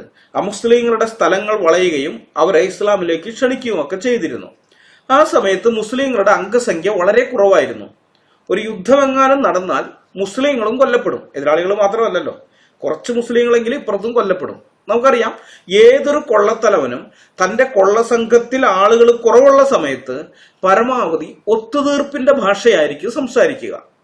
അത് തന്നെയാണ് മരുഭൂമി കൊള്ളസംഘത്തലവനായ മുഹമ്മദും ചെയ്തത്. മുസ്ലിങ്ങളുടെ ഗ്രാമങ്ങളെയും മറ്റും ഉപരോധിച്ച് അവിടെയുള്ളവരെ ഇസ്ലാമിലേക്ക് ക്ഷണിക്കും. ഇത് 3 ദിവസം തുടരുമെന്ന് വേറൊരു ഹദീസിലുണ്ട്. 3 ദിവസം ഇങ്ങനെ തുടർമാനമായിട്ട് ഇസ്ലാമിലേക്ക് ക്ഷണിച്ചുകൊണ്ടിരിക്കും. അപ്പൊ ഈ 3 ദിവസത്തിനുള്ളിൽ ആ ഗ്രാമത്തിലുള്ളവർ മുഹമ്മദിന്റെ ക്ഷണം സ്വീകരിച്ച് ഇസ്ലാം മതത്തിൽ വിശ്വസിക്കാൻ തയ്യാറായാൽ യുദ്ധമുണ്ടാകുകയോ മുസ്ലിങ്ങൾ കൊല്ലപ്പെടുകയോ ചെയ്യുന്നില്ലെന്ന് മാത്രമല്ല, പുതുതായി ഇസ്ലാം സ്വീകരിച്ച ആ ഗ്രാമത്തിലുള്ളവരിൽ നിന്ന് യോദ്ധാക്കളായിരിക്കുന്നവരെയൊക്കെ തന്റെ കൊള്ളസംഘത്തിൽ ചേർത്ത് കൊള്ളസംഘത്തെ വിപുലീകരിച്ചെടുക്കാനും സാധിക്കും. മനസ്സിലായോ? അതുകൂടാതെ അവരിൽ നിന്ന് സക്കാത്ത് എന്നും പറഞ്ഞ് കുറെ കിട്ടുകയും ചെയ്യും. കുറെ ഒന്നുമില്ല, കൊള്ളയടിക്കുന്നതുമായി തട്ടിച്ചു നോക്കുമ്പോൾ കുറച്ചേ ഉള്ളൂ. എന്നാലും ശരി, അവരുടെ ആ യുദ്ധച്ചെലവിനൊക്കെ പറ്റുന്ന സംഗതി ഈ സക്കാത്ത് എന്നും പറഞ്ഞ് വാങ്ങിക്കുകയും ചെയ്യാം. പിന്നെ അവരുടെ ആൾക്കാരെ കൊള്ളസംഘത്തിൽ ചേർത്ത് കൊള്ളസംഘത്തെ ശക്തമാക്കുകയും ചെയ്യാം. അപ്പൊ ഇതുകൊണ്ടാണ് മുഹമ്മദ് ഇങ്ങനെ ചെയ്തിരുന്നത്. അതായത് ഒരു സ്ഥലം ആക്രമിക്കാൻ പോകുമ്പോൾ ആദ്യം തന്നെ ആക്രമിക്കുകയല്ല, അവർ ഇസ്ലാമിലേക്ക് തുടർമാനമായി 3 ദിവസം ക്ഷണിച്ചുകൊണ്ടിരിക്കും. അങ്ങനെ ചെയ്തിരുന്നത്. എന്നാൽ പിന്നീട് മുഹമ്മദിന്റെ കീഴിലെ കൊള്ള സംഘം വലുതായി തീർന്നു. ഇങ്ങനെ പലയിടങ്ങളിൽ നിന്ന് ആളുകൾ ഇസ്ലാം സ്വീകരിച്ച് കൊള്ള സംഘം വലുതായി. അപ്പൊ അങ്ങനെ വന്നു കഴിഞ്ഞപ്പോൾ പ്രശ്നമാണ്. കാരണം എന്താണ്? കൊള്ള സംഘം വലുതായി കഴിയുമ്പോൾ വീതം വെക്കുന്ന സമയത്ത് ആൾക്കാരെ ഇത് കുറഞ്ഞു പോവുകയാണ്. മനസ്സിലായ? കൊള്ളയടിച്ച് കിട്ടുന്ന മുതൽ വീതം വെക്കുമല്ലോ. വീതം വെക്കുന്ന സമയത്ത് ആൾക്കാർ കൂടുകയാണെന്നുണ്ടെങ്കിൽ ഓഹരി കുറയും. അപ്പൊ അങ്ങനെയൊക്കെയുള്ള പ്രശ്നം ഉണ്ടായി. അപ്പൊ അങ്ങനെ വന്നു കഴിഞ്ഞപ്പോൾ മുഹമ്മദ് എന്ത് ചെയ്യുന്നറിയോ? ആക്രമണത്തിന് മുമ്പ് അമുസ്ലിങ്ങളെ ഇസ്ലാമിലേക്ക് ക്ഷണിക്കുന്ന പരിപാടി ഉണ്ടല്ലോ, അത് അങ്ങോട്ട് സ്റ്റോപ്പ് ചെയ്തു, അത് നിർത്തിവെച്ചു. കാരണം മുഹമ്മദിന്റെ ക്ഷണം സ്വീകരിച്ച് ആ ഗ്രാമവാസികളെല്ലാം ഇസ്ലാം സ്വീകരിക്കാൻ തയ്യാറായാൽ പിന്നെ അവരെ കൊള്ളയടിക്കാൻ പറ്റില്ല. അവരിൽ നിന്ന് മുഹമ്മദിന് പിന്നെ വാങ്ങാൻ കഴിയുന്നത് നക്കാപ്പിച്ച സക്കാത്ത് മാത്രമാണ്. അതുമല്ല, അവരുടെ സ്ത്രീകളെയും കുട്ടികളെയും പിടിച്ചെടുത്ത് ലൈംഗിക അടിമകളാക്കി മാറ്റാനും സാധിക്കില്ല. മുഹമ്മദിന്റെ കൊള്ള സംഘത്തിലുള്ളവർ ഓരോ പ്രാവശ്യവും മുഹമ്മദിനൊപ്പം കൊള്ളയ്ക്ക് വരുന്നത് അടിമ സ്ത്രീകളെയും കൊള്ള മുതലും കിട്ടുമെന്ന് പ്രതീക്ഷിച്ചാണ്. എന്നാൽ ആ ജനങ്ങളെല്ലാം മുഹമ്മദിന്റെ ക്ഷണം സ്വീകരിച്ച് മുസ്ലിങ്ങളായി മാറിക്കഴിഞ്ഞാൽ പിന്നെ കൊള്ളയടിയും പിടിച്ചെടുക്കലും നടക്കില്ല. അപ്പൊ അങ്ങനെ ആയിക്കഴിഞ്ഞപ്പോൾ മുഹമ്മദിന് മനസ്സിലായി, ഈ രീതിയിൽ ഈ കൊള്ള സംഘത്തെ മുന്നോട്ട് കൊണ്ടുപോകാൻ പറ്റില്ല. കൊള്ള സംഘത്തിൽ നിന്ന് ഓരോരുത്തന്മാരും പിരിഞ്ഞു പോകാനുള്ള സാധ്യതയുണ്ടെന്ന്. അതുകൊണ്ട് മുഹമ്മദ് എന്ത് ചെയ്തു എന്ന് വെച്ചാൽ, ആരംഭകാലത്ത് ചെയ്തു വന്നതുപോലെ അമുസ്ലിങ്ങളുടെ ഗ്രാമങ്ങളും മറ്റും വളഞ്ഞ് അവരെ ഇസ്ലാമിലേക്ക് ക്ഷണിക്കുന്ന പരിപാടി അവസാനിപ്പിച്ചു. എന്നിട്ട് അപ്രതീക്ഷിതമായി അമുസ്ലിങ്ങളെ ആക്രമിച്ച് കൊള്ളയടിക്കാൻ തുടങ്ങി. അങ്ങനെയാകുമ്പോൾ കൊള്ള മുതലും കിട്ടും, ലൈംഗിക അടിമകളെയും കിട്ടും. അവരുടെ ദുഷ്കാമത്തിന്റെ നിവൃത്തിക്ക് വേണ്ടിയിട്ട് കുഞ്ഞുങ്ങളാണെങ്കിൽ കുഞ്ഞുങ്ങൾ, മുതിർന്നവരാണെങ്കിൽ മുതിർന്നവർ, ആൺകുട്ടികളാണെങ്കിൽ ആൺകുട്ടികൾ, അങ്ങനെയുള്ളവരെയൊക്കെ കിട്ടുകയും ചെയ്യും. അപ്പൊ കൊള്ളസംഘത്തിലുള്ളവർ കൊള്ളസംഘം വിട്ടുപോകുമെന്ന് പേടിക്കുകയും വേണ്ട. ഹദീസിൽ നമ്മൾ കണ്ടല്ലോ, ആക്രമിക്കുന്നതിന് മുൻപ് ആളുകളെ ഇസ്ലാമിലേക്ക് ക്ഷണിക്കുന്ന പരിപാടി ഇസ്ലാമിന്റെ ആരംഭത്തിലായിരുന്നു. ബനു മുസ്തലഖ് ഗോത്രത്തെ അവർ അശ്രദ്ധയിലായിരിക്കെ മുഹമ്മദ് അപ്രതീക്ഷിതമായി ആക്രമിക്കുകയും അവരുടെ യോദ്ധാക്കളെ വധിക്കുകയും സ്ത്രീകളെ അടിമകളായി പിടിക്കുകയും ചെയ്തു എന്ന് ഹദീസിൽ ഇപ്പൊ നമ്മൾ വായിച്ചില്ലേ. അന്നത്തെ അപ്രതീക്ഷിതമായ ആക്രമണത്തിൽ നിന്ന് മുഹമ്മദിന് കിട്ടിയത് ജുവൈരിയെ ആയിരുന്നു. ഇത് കേൾക്കുമ്പോൾ ഒരു സ്ത്രീയെ മാത്രമേ മുഹമ്മദിന് അവിടെ നിന്ന് കിട്ടിയുള്ളൂ എന്ന് നിങ്ങളാരും തെറ്റിദ്ധരിക്കരുത്. കൊള്ളയടിക്കുന്ന മുതൽ അല്ലെങ്കിൽ അടിമകളാക്കി പിടിക്കപ്പെടുന്നവരുടെ 1/5 മുഹമ്മദിനുള്ളത്. അപ്പം ഭാര്യയായി മുഹമ്മദ് എടുത്ത പെണ്ണായിരുന്നു ജുവൈരിയ. ഭാര്യയായിട്ടല്ലാതെ ലൈംഗിക അടിമകളായി എടുത്ത സ്ത്രീകൾ വേറെയുണ്ട്. അവരുടെ എണ്ണമോ പേരുകളോ രേഖപ്പെടുത്തിയിട്ടില്ല എന്ന് മാത്രം. അത് ഇഷ്ടം പോലെയുണ്ട്. ഓരോ കൊള്ളയടിയും കഴിയുമ്പോൾ മുഹമ്മദിന്റെ കീഴിലേക്ക് ഇഷ്ടം പോലെ അടിമ സ്ത്രീകൾ വരുന്നുണ്ട്. മുഹമ്മദിന്റെ കൊള്ള സംഘത്തിന്റെ ആക്രമണങ്ങളിൽ നിന്ന് രക്ഷപ്പെടാൻ വേണ്ടി ഇസ്ലാം മതം സ്വീകരിച്ച ആളുകൾക്ക് ഇസ്ലാമിനെ കുറിച്ച് യാതൊരു അറിവുണ്ടായിരുന്നില്ല. ജീവനും സ്വത്തും സംരക്ഷിക്കാൻ വേണ്ടി മാത്രം മതം മാറിയവരായിരുന്നു അവര്. അത് സ്വാഭാവികമാണ്. അങ്ങനെയുള്ള ആൾക്കാർക്ക് മതത്തെക്കുറിച്ച് യാതൊരു അറിവും ഉണ്ടാവില്ല. ദൈവത്തെക്കുറിച്ചോ മതത്തെക്കുറിച്ചോ ആ മതത്തിലുള്ള രക്ഷാമാർഗം എന്തെങ്കിലും ഉണ്ടെങ്കിൽ അതിനെക്കുറിച്ചോ ഒക്കെ പഠിച്ചിട്ട് മതം മാറുന്നവർക്കാണെങ്കിൽ മതത്തെക്കുറിച്ച് അത്യാവശ്യം അറിവ് കാണും. അത്യാവശ്യമല്ല, ഒരു നന്നായിട്ട് അറിവ് കാണും. എന്നാൽ ജീവൻ രക്ഷിക്കാൻ വേണ്ടി മാത്രം മതം മാറിയ ടീമുകൾക്ക് മതത്തെക്കുറിച്ച് എന്തറിവുണ്ടാവാനാ? അവരുടെ ഉള്ളിലെ പഴയ മതം തന്നെയാണ് ശരി, പഴയ ദൈവങ്ങൾ തന്നെയാണ് ശരി. അവരതിനെ തന്നെയായിരിക്കും ഫോളോ ചെയ്യുന്നത്. ആരംഭകാലത്ത് ഏതൊക്കെ ഗ്രാമങ്ങളിലുള്ളവരെയാണ് താൻ വാള് കാണിച്ച് ഭീഷണിപ്പെടുത്തി മതം മാറ്റി മുസ്ലിങ്ങളാക്കിയതെന്ന് മുഹമ്മദിനും അറിവുണ്ടായിരുന്നില്ല. മനസ്സിലായ? മുഹമ്മദിന് അറിവുണ്ടായിരുന്നില്ല ഏതൊക്കെ ഗ്രാമങ്ങളിലുള്ളവർ ഇസ്ലാം സ്വീകരിച്ചിരിക്കുന്നു. അതുകൊണ്ട് തന്നെ പണ്ട് മതം മാറ്റിയ ആൾക്കാരെ ആക്രമിക്കാൻ വേണ്ടി മുഹമ്മദ് പിൽക്കാലത്ത് തന്നെ കൊള്ള സംഘത്തെ വിടുന്നുണ്ട്. മുഹമ്മദിന് ഓർമ്മയില്ല പണ്ട് തുടക്കത്തിൽ പോയിട്ട് ഞാൻ ഇവരെ ആക്രമിച്ച് മുസ്ലിങ്ങളാക്കിയതാണെന്നുള്ള കാര്യം പോലും ഓർമ്മയില്ല. അതുകൊണ്ടാണ് വർഷങ്ങൾക്ക് ശേഷം പിന്നെയും കൊള്ള സംഘത്തെ വിടുന്നത്. അപ്പൊ ഇസ്ലാമിനെ കുറിച്ച് ഈ കൂട്ടർക്ക് യാതൊന്നും അറിയാത്തത് കൊണ്ട് ഞങ്ങൾ പണ്ടേ ഇസ്ലാം മതം സ്വീകരിച്ചവരാണെന്ന് പറയാനുള്ള അറിവ് പോലും അവർക്കുണ്ടായിരുന്നില്ല. അവർ മാറിയ മതത്തിന്റെ പേര് പോലും അവർക്ക് അറിവുണ്ടായിരുന്നില്ല. ഞാൻ ആ ഹദീസ് വായിക്കാം. ഇബ്നു ഉമർ പറയുന്നു, തിരുമേനി ഖാലിദ് ഇബ്നുൽ വലീദിനെ ബനു ജദീമ ഗോത്രക്കാരുടെ അടുക്കലേക്ക് അയച്ചു. അദ്ദേഹം അവരെ ഇസ്ലാമിലേക്ക് ക്ഷണിച്ചു. തങ്ങൾ ഇസ്ലാം സ്വീകരിച്ചു എന്ന് പറയുവാൻ അവർക്കറിവുണ്ടായിരുന്നില്ല. ഞങ്ങൾ മതം മാറി എന്ന് പറയാനേ അവർക്കറിവുണ്ടായിരുന്നുള്ളൂ. ഖാലിദ് അവരുമായി യുദ്ധം ചെയ്യാനും അവരിൽ ചിലരെ വധിക്കുവാനും മറ്റു ചിലരെ തടവുകാരാക്കാനും തുടങ്ങി. ഞങ്ങൾ ഓരോരുത്തർക്കും അവരവരുടെ ബന്ധനസ്ഥരെ ഏൽപ്പിച്ചു തന്നു. ഒരു ദിവസം ഖാലിദ് ഞങ്ങളോടെല്ലാം അവരവരുടെ പക്കലുള്ള ബന്ധനസ്ഥരെ വധിക്കാൻ കൽപ്പിച്ചു. ഞാൻ പറഞ്ഞു, ഞാൻ എന്റെ ബന്ധനസ്ഥരെ വധിക്കുകയില്ല. മാത്രമല്ല എന്റെ കൂട്ടുകാരും തങ്ങളുടെ ബന്ധനസ്ഥരെ വധിക്കുകയില്ല. ഒടുവിൽ തിരുമേനിയുടെ അടുക്കൽ ചെന്ന് വിവരങ്ങളെല്ലാം പറഞ്ഞപ്പോൾ തിരുമേനി തന്റെ കൈ ഉയർത്തി ഇങ്ങനെ പ്രാർത്ഥിച്ചു, അല്ലാഹുവേ, ഖാലിദ് ചെയ്ത പ്രവൃത്തിയിൽ എനിക്ക് യാതൊരു ഉത്തരവാദിത്വവുമില്ലെന്ന് ഞാനിതാ ഒഴിഞ്ഞ് പറഞ്ഞുകൊള്ളുന്നു. തിരുമേനി അത് 2 പ്രാവശ്യം ആവർത്തിച്ചു. സഹീഹ് ബുഖാരി അധ്യായം 63 ഹദീസ് നമ്പർ 1630, അല്ലെങ്കിൽ സഹീഹ് ബുഖാരി sunnah.com പോയിട്ട് സഹീഹ് ബുഖാരി 4339. അപ്പൊ ഇവിടെ മുഹമ്മദ് ഒഴിയുന്നതൊക്കെ വെറും നാടകമാണ്. കാരണം മുഹമ്മദ് തന്നെയാണ് ഇവരെ അയച്ചത് അവിടെ പോയിട്ട് കൊള്ളയടിക്കാൻ. പിന്നെ ആ സ്വഹാബിമാരൊക്കെ ഞങ്ങളുടെ കീഴിലുള്ള ബന്ധനസ്ഥരെ ഞങ്ങൾ കൊല്ലുകയില്ല എന്ന് പറയുന്നത് ഈ അടിമകളോട് അല്ലെങ്കിൽ ബന്ധനസ്ഥരോട് സ്നേഹം ഉണ്ടായിട്ടൊന്നുമല്ല. അടിമച്ചന്തയെ കൊണ്ട് വിറ്റ് കഴിഞ്ഞാൽ കാശ് കിട്ടുന്ന മുതലാണ്. അതിനെ വെറുതെ കൊന്നുകളയാൻ അവർക്ക് താല്പര്യമില്ല. അതുകൊണ്ടാണ് അങ്ങനെ കൊല്ലുന്നില്ല എന്നൊക്കെ പറഞ്ഞത്.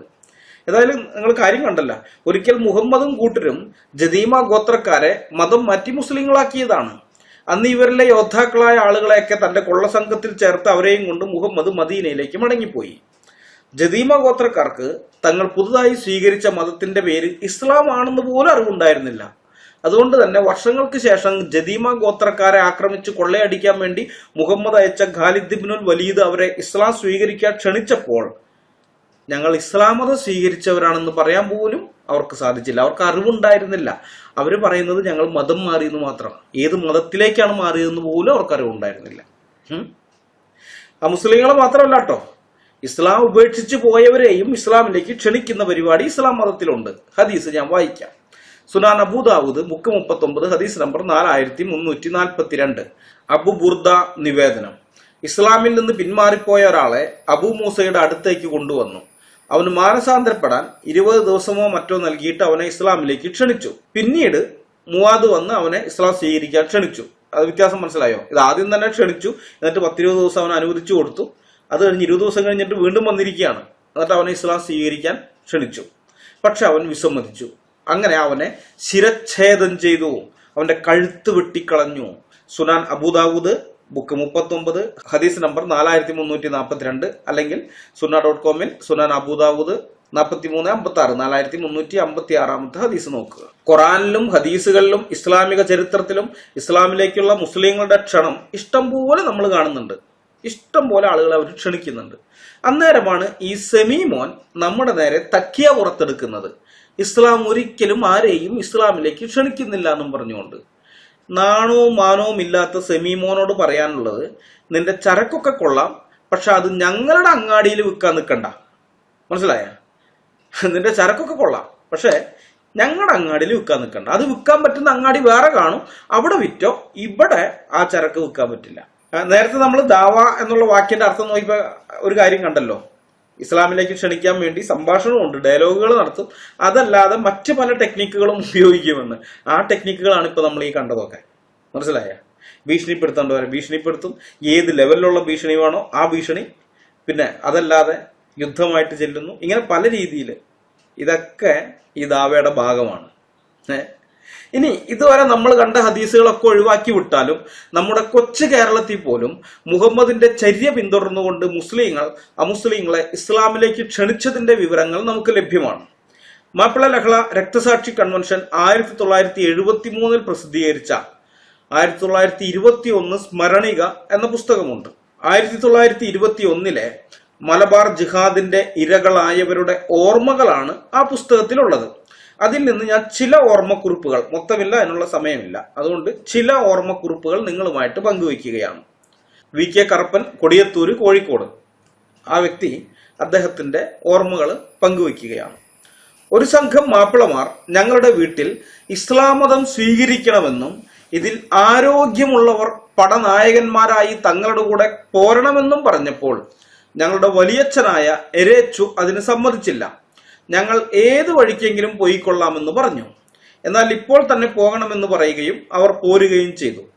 എടവണ്ണപ്പാറ വെച്ച് ഞങ്ങളുടെ വലിയച്ഛനെ പിടിച്ചുകെട്ടി അവനോട് ഒരു സംഗതി ചോദിക്കുവാനുണ്ട്, നിങ്ങൾ നടന്നോളി, നിങ്ങളുടെ കൂടെ അയച്ചു തരാമെന്ന് പറഞ്ഞു. പെണ്ണുങ്ങൾ നിലവിളിക്കാൻ ശ്രമിച്ചപ്പോൾ തോക്ക് ചൂണ്ടി നിങ്ങളെ ഒന്നാകെ കൊന്നുകളഞ്ഞാൽ ചോദിക്കാൻ ആരുമില്ല, അത് ഓർമ്മിക്കണമെന്ന് പറഞ്ഞ് ഭീഷണിപ്പെടുത്തി. തിരിഞ്ഞു നോക്കാതെ പോകണമെന്ന് പറഞ്ഞു. അതേ പ്രകാരം പോവുകയും ചെയ്തു. അങ്ങനെ രാമനാട്ടുകരയിൽ ചെന്നു. അന്നും പിറ്റേ ദിവസവും വലിയച്ഛനെ കണ്ടില്ല. അങ്ങനെ താമസം മാങ്കാവിലേക്കാക്കി. 4-ാം ദിവസം അവിടെ കിട്ടിയ വിവരം 2 ദിവസം വലിയച്ഛനെ തടത്തിൽ ശേഖരൻ മാസ്റ്ററുടെ വീട്ടിൽ അറയിലിട്ട് പൂട്ടിയെന്നും 3-ാം ദിവസം ചെറുവാടി പുഴയിൽ കൊണ്ടുപോയി വെട്ടിക്കൊലപ്പെടുത്തി എന്നുമാണ്. 1921 സ്മരണിക മാപ്പിള ലഹള രക്തസാക്ഷി കൺവെൻഷൻ 1973 പേജ് 58-59. അപ്പൊ 2 ദിവസം ടോർച്ചർ ചെയ്തു ആ മനുഷ്യനെ ഇസ്ലാം മതം സ്വീകരിപ്പിക്കാൻ വേണ്ടി. പക്ഷെ അയാൾ സ്വീകരിച്ചില്ല. അതുകൊണ്ട് വെട്ടി കൊലപ്പെടുത്തുകയാണ് ചെയ്തത്. അപ്പൊ ഇവിടെയും നമ്മൾ കാണുന്നുണ്ട്, നമ്മുടെ ഈ കേരളത്തിന്റെ അകത്ത് പണ്ട് അറേബ്യയിൽ മുഹമ്മദും കൂട്ടരും എന്താണോ ചെയ്തത് അതേ കാര്യം തന്നെ. ഇത് 100 കൊല്ലം മുമ്പല്ലേ, ചില ദിവസങ്ങൾക്ക് മുമ്പ് നമ്മൾ ഇതേ കാര്യം ബംഗ്ലാദേശിലും കണ്ടു. ബംഗ്ലാദേശിലെ ഹിന്ദുക്കളോടും ക്രിസ്ത്യാനികളോടും ഇവർ ഇതേ നിലപാട് തന്നെയാണ് എടുത്തത്. അവരോട് പറഞ്ഞു, മതം മാറാൻ പറഞ്ഞു, ഇസ്ലാമിലേക്ക് ക്ഷണിക്കുകയാണ് ചെയ്തത്. ഇനി അടുത്തത് നോക്കാം. മണിയൻതുടി, ചങ്ങരു, തിരിയങ്ങര വീട്, PO ഊരകം, മേൽമുറി, മലപ്പുറം 22/10/1973. 1921 ലഹളയിൽ എന്നെ വാരിയംകുന്നൻ കുഞ്ഞു മുഹമ്മദ് ഹാജിയും കൂട്ടരും പിടിച്ചുകൊണ്ടുപോയി. മതം മാറാമെന്ന് പറഞ്ഞപ്പോൾ ഞങ്ങളെ ഉപദ്രവിച്ചില്ല. മതം മാറാൻ തയ്യാറല്ലെന്ന് പറഞ്ഞ ശിങ്കാരത്ത് ഗോവിന്ദൻ നായർ, കല്ലിങ്ങൽ തൊടിയിൽ ഇട്ടിച്ചിര അമ്മ, മകൾ മാധവി അമ്മയുടെ ഭർത്താവ് പിരിയാരത്ത് ഉപ്പൻകുട്ടി നായർ എന്നിവരെ ഊരകം മലയുടെ പടിഞ്ഞാറ് താഴ്വരയായ കിളിനക്കോട്ട് വെച്ച് തലവെട്ടി കിണറ്റിലിട്ടു. ഇവരെ ഞങ്ങളുടെ കൂട്ടത്തിൽ നിന്നാണ് വേർതിരിച്ചു കൊണ്ടുപോയത്. ഞങ്ങൾ പിന്നീട് മാപ്പിളമാരുടെ പിടിയിൽ നിന്ന് രക്ഷപ്പെട്ട് മലപ്പുറത്ത് അഭയം പ്രാപിച്ചു. 1921 സ്മരണിക പേജ് 59 നിന്നാണ് നമ്മളിത് കാണുന്നത്. അടുത്ത ആള് ഈർങ്ങാട്ടിരി വേലാട്ട് രാമൻ നായർ, മലപ്പുറം ജില്ല. മലബാർ ലഹളക്കാലത്ത് എന്റെ അമ്മയുടെ അമ്മയ്ക്ക് 3 പെൺമക്കളും ഒരു മകനും ഉണ്ടായിരുന്നു. ഇവരിൽ ചിലർ പെരകമണ്ണ അംശം മടിശ്ശേരി ദേശത്തും ഞാനും എന്റെ സഹോദരിമാരിൽ ചിലരും അച്ഛൻ ഒന്നിച്ച് എടവണ്ണ അംശത്തിലുമായിരുന്നു. എന്നാൽ എന്റെ അമ്മയുടെ മറ്റ് സഹോദരിമാർ ലക്ഷ്മി അമ്മ, പാർവതി അമ്മ, വല്ലുനായർ എന്നിവർ അമ്മാമൻ ശങ്കരൻ നായരുടെ കൂടെ ഈർങ്ങാട്ടിരി അംശത്തിലുമായിരുന്നു താമസിച്ചിരുന്നത്. വീട്ടിലുണ്ടായിരുന്ന നല്ല പണം, പണ്ടം, ഊട്ടുറൂട്ടുകൾ, ഫർണിച്ചർ മുതലായവ ലഹളക്കാർ പല സംഘക്കാരുമായി 3 വട്ടം വന്ന് കവർച്ച നടത്തി എല്ലാം കൊണ്ടുപോവുകയും അമ്മാമൻ ശങ്കരൻ നായരെ മൊയ്തീൻകുട്ടി ഹാജി താമസിച്ചിരുന്ന കരിപ്പത്തില്ലത്തേക്ക് ചെല്ലാൻ പറഞ്ഞിട്ടുണ്ടെന്ന് പറഞ്ഞ് ലഹളക്കാർ കൂട്ടിക്കൊണ്ടുപോവുകയും ചെയ്തു. എന്റെ അമ്മാവനോട് ദീൻ വിശ്വസിക്കണമെന്നും അല്ലാത്ത പക്ഷം വെട്ടിക്കൊല്ലുമെന്നുമാണ് ലഹളക്കാർ പറഞ്ഞിരുന്നത്. ഇസ്ലാമിലേക്ക് ക്ഷണിക്കുകയാണ്. മുഹമ്മദൊക്കെ എങ്ങനെയാണോ ക്ഷണിച്ചിരുന്നത് അങ്ങനെ തന്നെ ഇവരും ക്ഷണിക്കുകയാണ്. ദീൻ വിശ്വസിച്ചോ അല്ലെങ്കിൽ കൊന്നുകളയും. ജീവന് രക്ഷയില്ലെന്ന് കണ്ടപ്പോൾ അങ്ങനെ ചെയ്യാമെന്നും എന്റെ കുടുംബങ്ങൾ പെരുകുമണ്ണ് അംശത്തിലും എടവണ്ണ അംശത്തിലും താമസിച്ചു വരുന്നു, അതിനാൽ അവരെ കൂടി കൊണ്ടുവരേണ്ടതിലേക്ക് പാസ് തരണമെന്നും അമ്മാവൻ പറഞ്ഞു.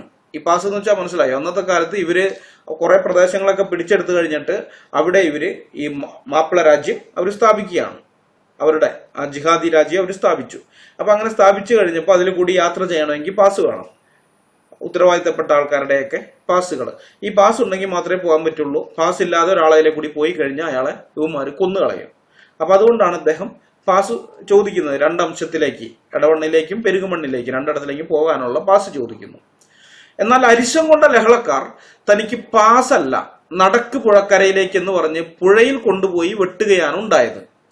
ലഹള നടക്കുമ്പോൾ എന്റെ അമ്മ 10 മാസം ഗർഭിണിയായിരുന്നു. അമ്മാവനെ കൊന്ന ശേഷം ലഹളക്കാർ വന്ന് അമ്മയോടും പെങ്ങന്മാരോടും അനുജനോടും മതം മാറാൻ നിർബന്ധിച്ചു. അമ്മാവനെ കൊന്നതായി അറിയിക്കുകയും ചെയ്തു. ജീവരക്ഷയ്ക്ക് വേണ്ടി അതിനെ സമ്മതിക്കുകയും മതം മാറ്റി മുസ്ലിം പേരുകളും വസ്ത്രങ്ങളുമെല്ലാം പറഞ്ഞ പ്രകാരം സ്വീകരിക്കുകയും ചെയ്യേണ്ടി വന്നു. കുറച്ചു ദിവസം കഴിഞ്ഞപ്പോൾ എടവണ്ണ പട്ടാളം വരികയും ലഹളക്കാർ അറിയാതെ ഞങ്ങളും മറ്റു പലരും എടവണ്ണ എത്തുകയും ചെയ്തു. അവിടെ കുഞ്ഞിക്കണ്ണൻ ഇൻസ്പെക്ടർ ഞങ്ങൾക്ക് വസ്ത്രവും ഭക്ഷണവും തന്ന് ഞങ്ങളെ രക്ഷിച്ചു. ഏതാണ്ട് 2 മാസം കഴിഞ്ഞ് ലഹള അവസാനിച്ചതിന് ശേഷമാണ് നാട്ടിലേക്ക് തിരിച്ചത്. 1921 സ്മരണിക പേജ് 59-60. അടുത്തത് എൻ വിശാലാക്ഷി അമ്മ, കരിക്കാട്. ഞങ്ങളുടെ വന്ധ്യമാതാവ് നമ്പ്രത്ത് കാളിയമ്മ 1921 ഖിലാഫത്തിൽ വളരെയധികം ദുരിതമനുഭവിച്ച വ്യക്തിയാണ്. ലഹളയിൽ അമ്മയെ മതം മാറ്റുകയും ദേഹോപദ്രവവും ചെയ്യുകയും ഉണ്ടായി. മതം മാറ്റിയ അവസരത്തിൽ അമ്മയുടെ പേർ പാർത്തു എന്നായിരുന്നു. അച്ഛനും ഖിലാഫത്തിൽ വളരെയധികം ബുദ്ധിമുട്ടിയിട്ടുണ്ട്. വളരെയധികം പരിക്കുകൾ അച്ഛനും ഏറ്റിട്ടുണ്ട്. 1921 സ്മരണിക പേജ് 64.